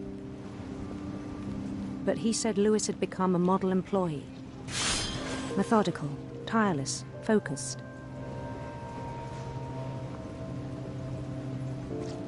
Like a whole new Lewis. So I let him go on.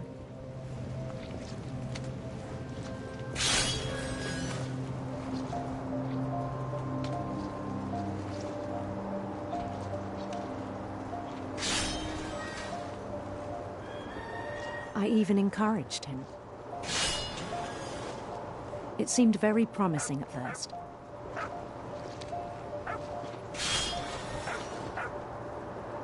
He told me he'd made a new friend.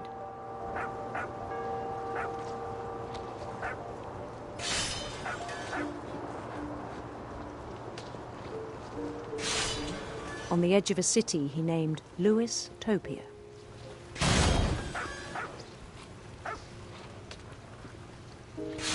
He built the city up slowly, brick by brick.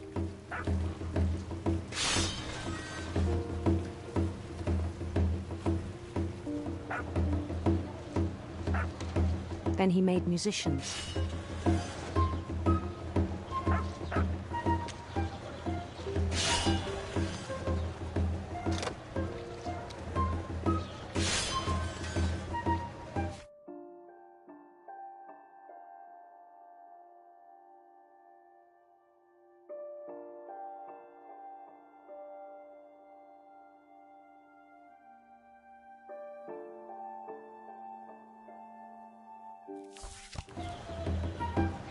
And songs for them to play.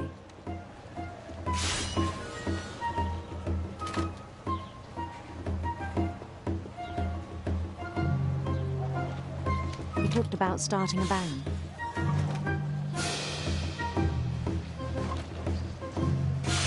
And he was always humming something. Every day his imagination grew stronger.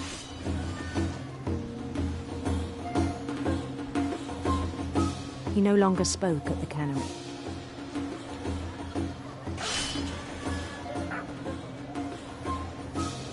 But his chopping was as reliable as ever. Then one day it struck him that all the cheering crowds, even the stones under his feet, were all in his imagination. so he could do whatever he wished.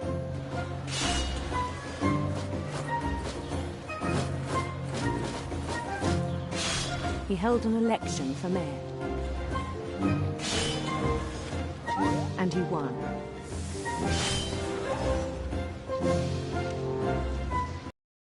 They begged him to stay, but his mind was already wandering. It became a game for him.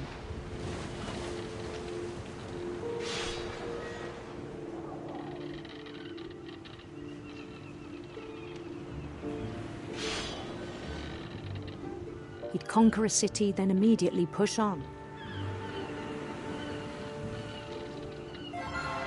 New Louisville.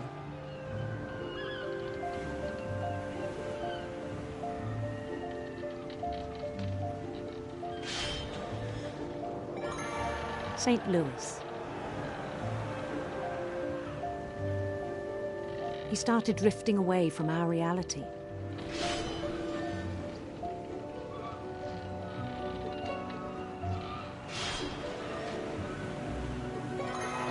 Minneapolis, until one day he forgot to go home from the cannery.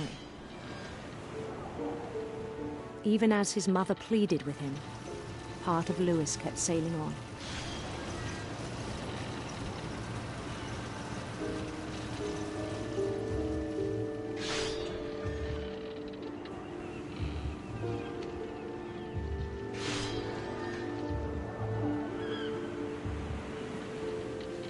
In Louisburg, he heard rumors of a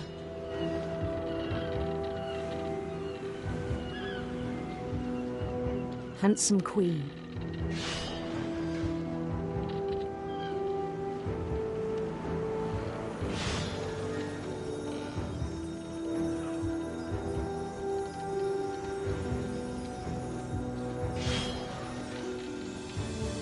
The queen was on her own quest for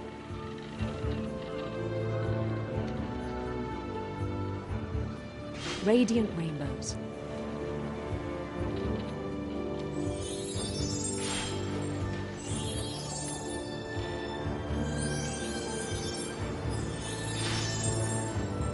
He followed the sound of her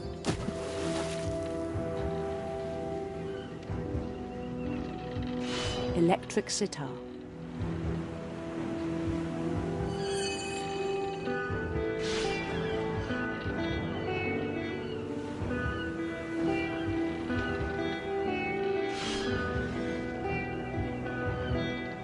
His chase led him to a golden palace east of the sun and west of the moon.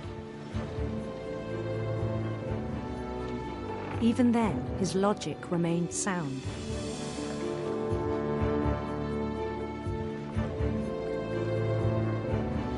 He knew the world was all in his imagination.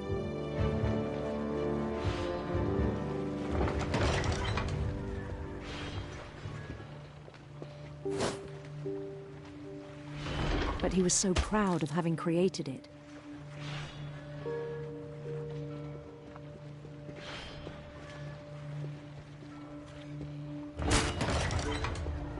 In his own eyes, he'd become something greater than a king.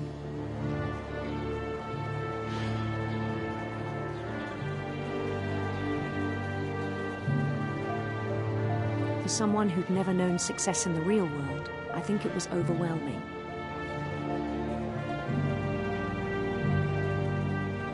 And then it struck him that the real Louis was not the one chopping salmon, but the one climbing the steps of a golden palace.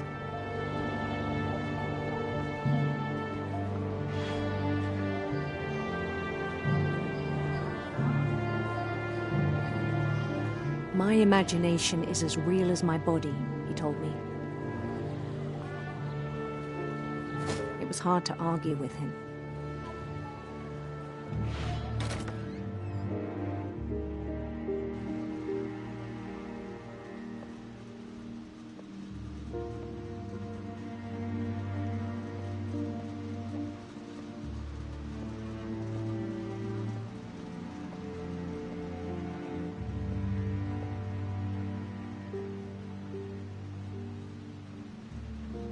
He began to forget the world we know.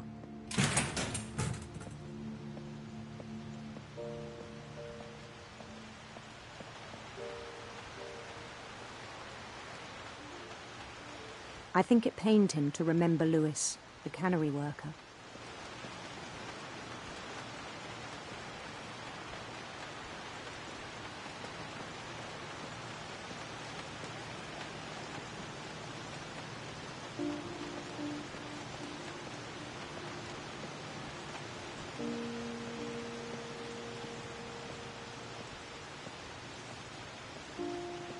He began to despise the man with a royal contempt.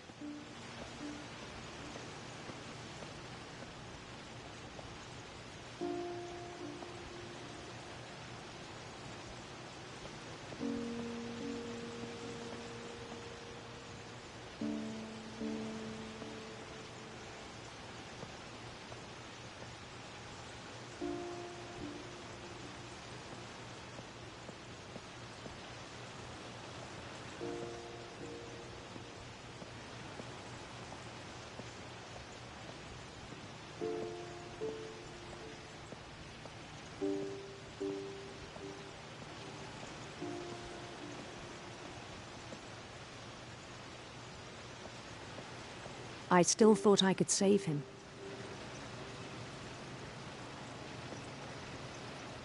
Even after he said he was being crowned king over all the lands of wonder.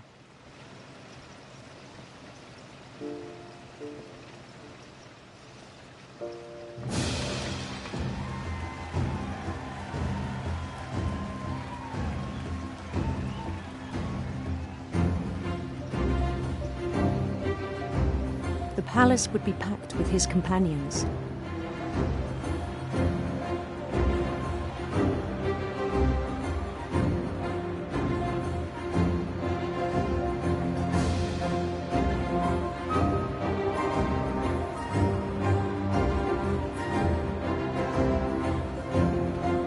Including the wise Calico who'd insisted on inviting him.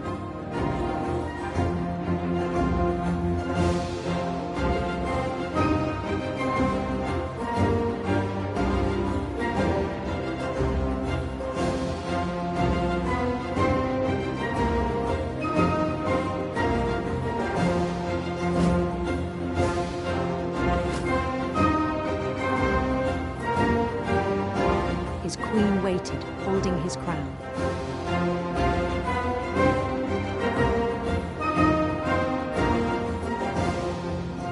There was only one thing left to do.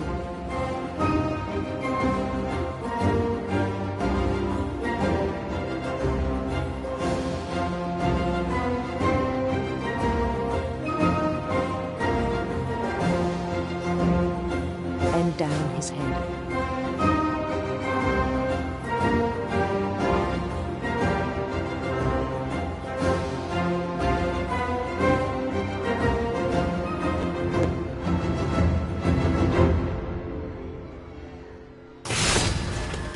I think you know. Mrs. Finch, your son was a kind man who will be missed by all of us who knew him.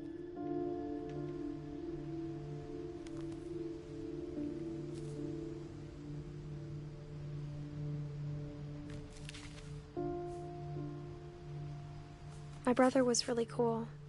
I wish you could have met him.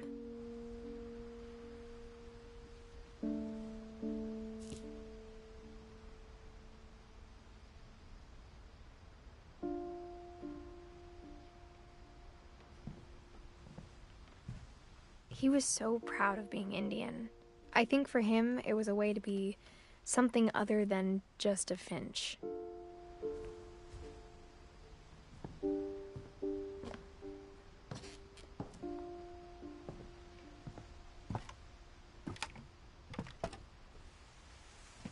On the way back from Lewis's funeral, my mom told me to start packing. She waited until the day before we left to tell Edie. I'm not sure if she wanted to make it easier or harder.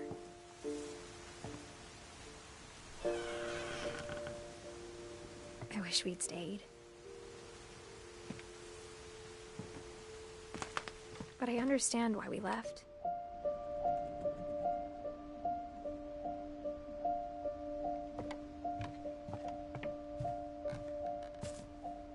My mom ended up leaving everything behind.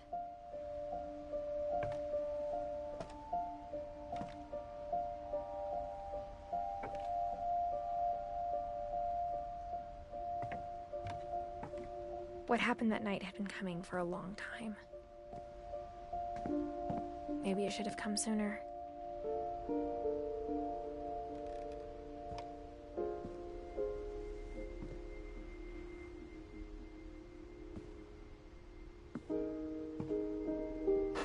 But it had to end one way or another. All that's left now was to tell you about that last night.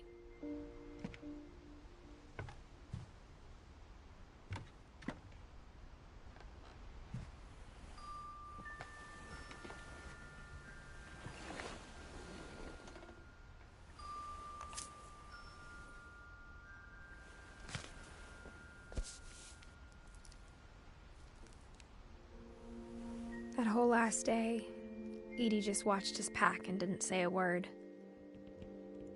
Until supper, when she raised her glass and said, "To our final night together, and all our final nights apart."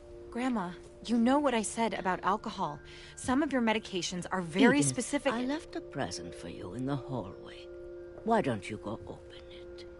The grown-ups have to argue now. I'm sorry, you're right. We're all leaving tomorrow. Let's just enjoy our last... I'm not leaving. Edith, you're excused.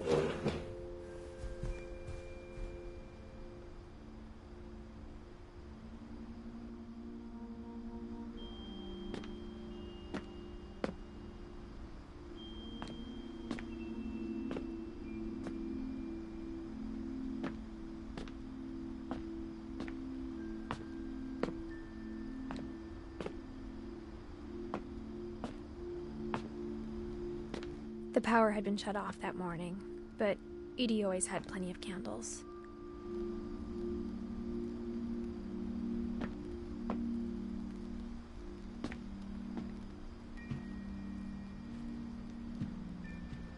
When my mom sealed the library, I don't think she knew about the other entrance. Or that Edie had a key to it.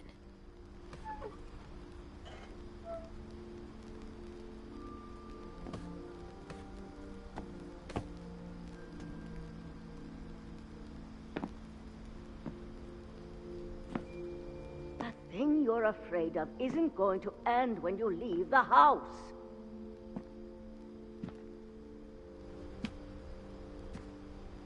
Edith has a right to know these stories.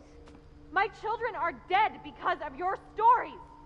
I think it's best if Edith and I leave tonight. We'll have the nursing home send a van for you in the morning, okay?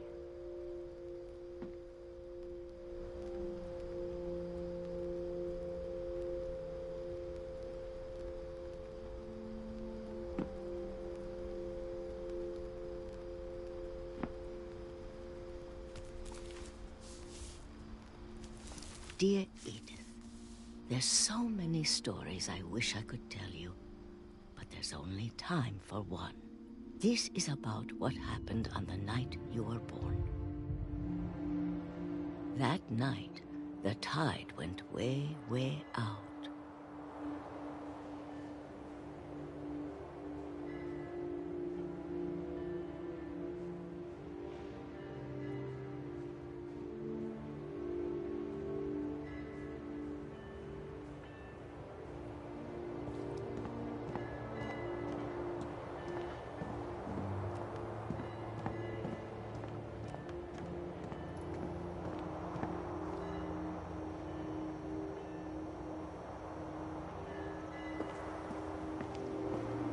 It was the first and last time I ever saw the old house aground.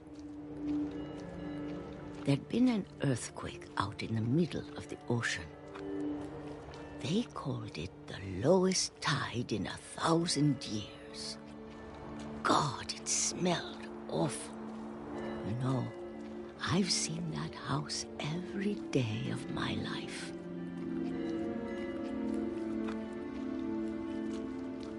I never thought I'd go back to it. When the fog rolled in, I lost my way.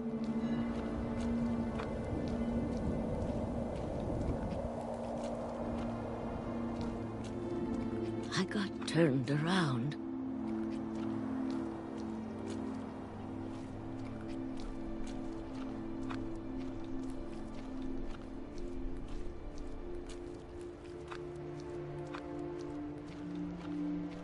I started seeing things.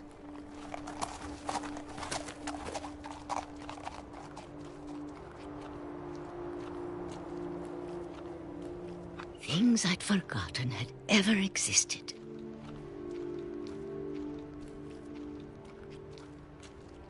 But when I saw them, they felt like old friends.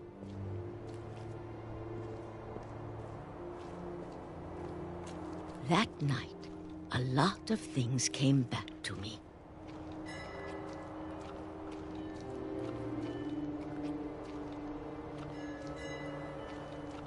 Or maybe I came back to them.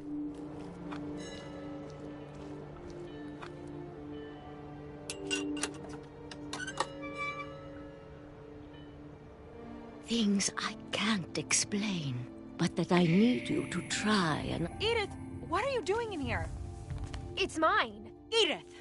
Mom, you're gonna rip it! Let go! I kicked and screamed, but Mom dragged me to the car. I never saw Great-Grandma Edie again. The next morning, the van came to pick her up, but she was already gone. After that, we moved around a lot.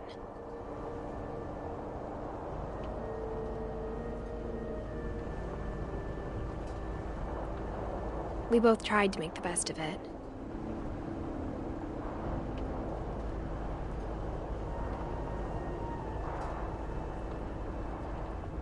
A few years went by.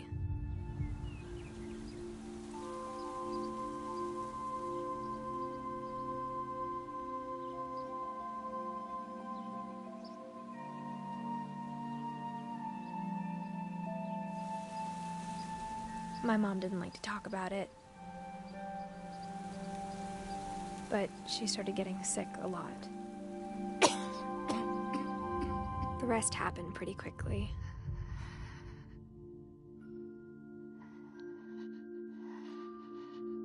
She got better for a while, and then she didn't.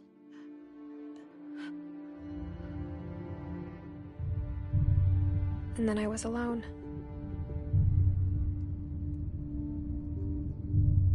The last Finch left alive.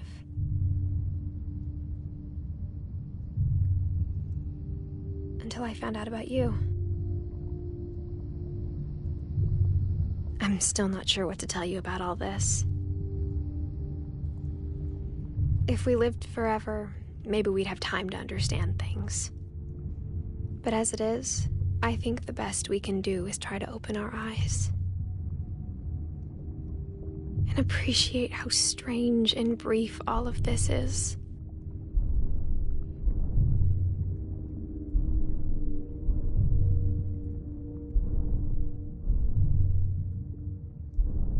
This journal was supposed to be for you. But now I hope you'll never see it. I just want to meet you and tell you all these stories myself. But I guess if you're reading this now, things didn't work out that way.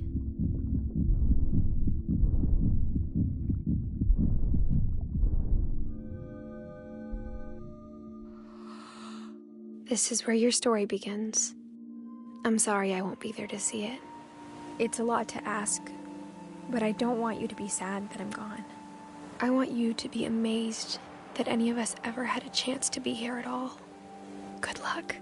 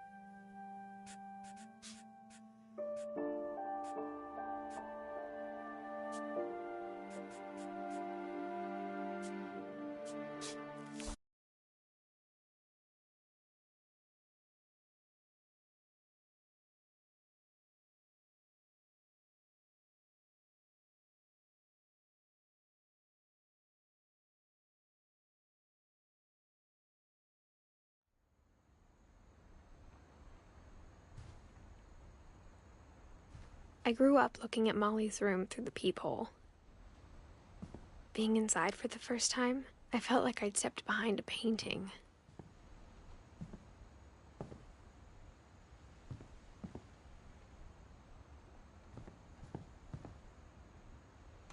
Molly's gerbil had a tiny bedroom with its own even tinier gerbil cage.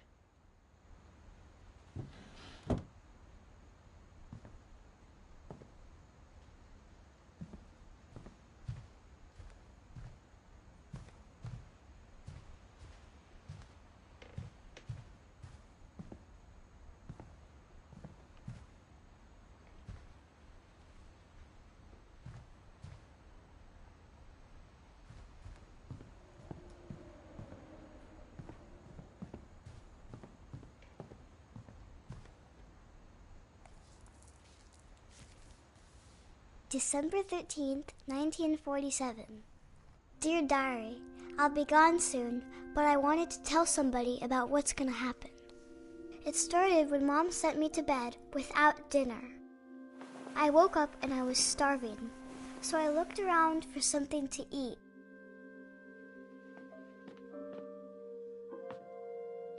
The gerbil food was dry, but I didn't mind it.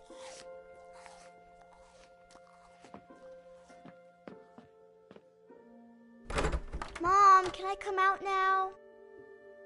Sweetheart, it's late. Go to sleep. My Halloween candy was all gone.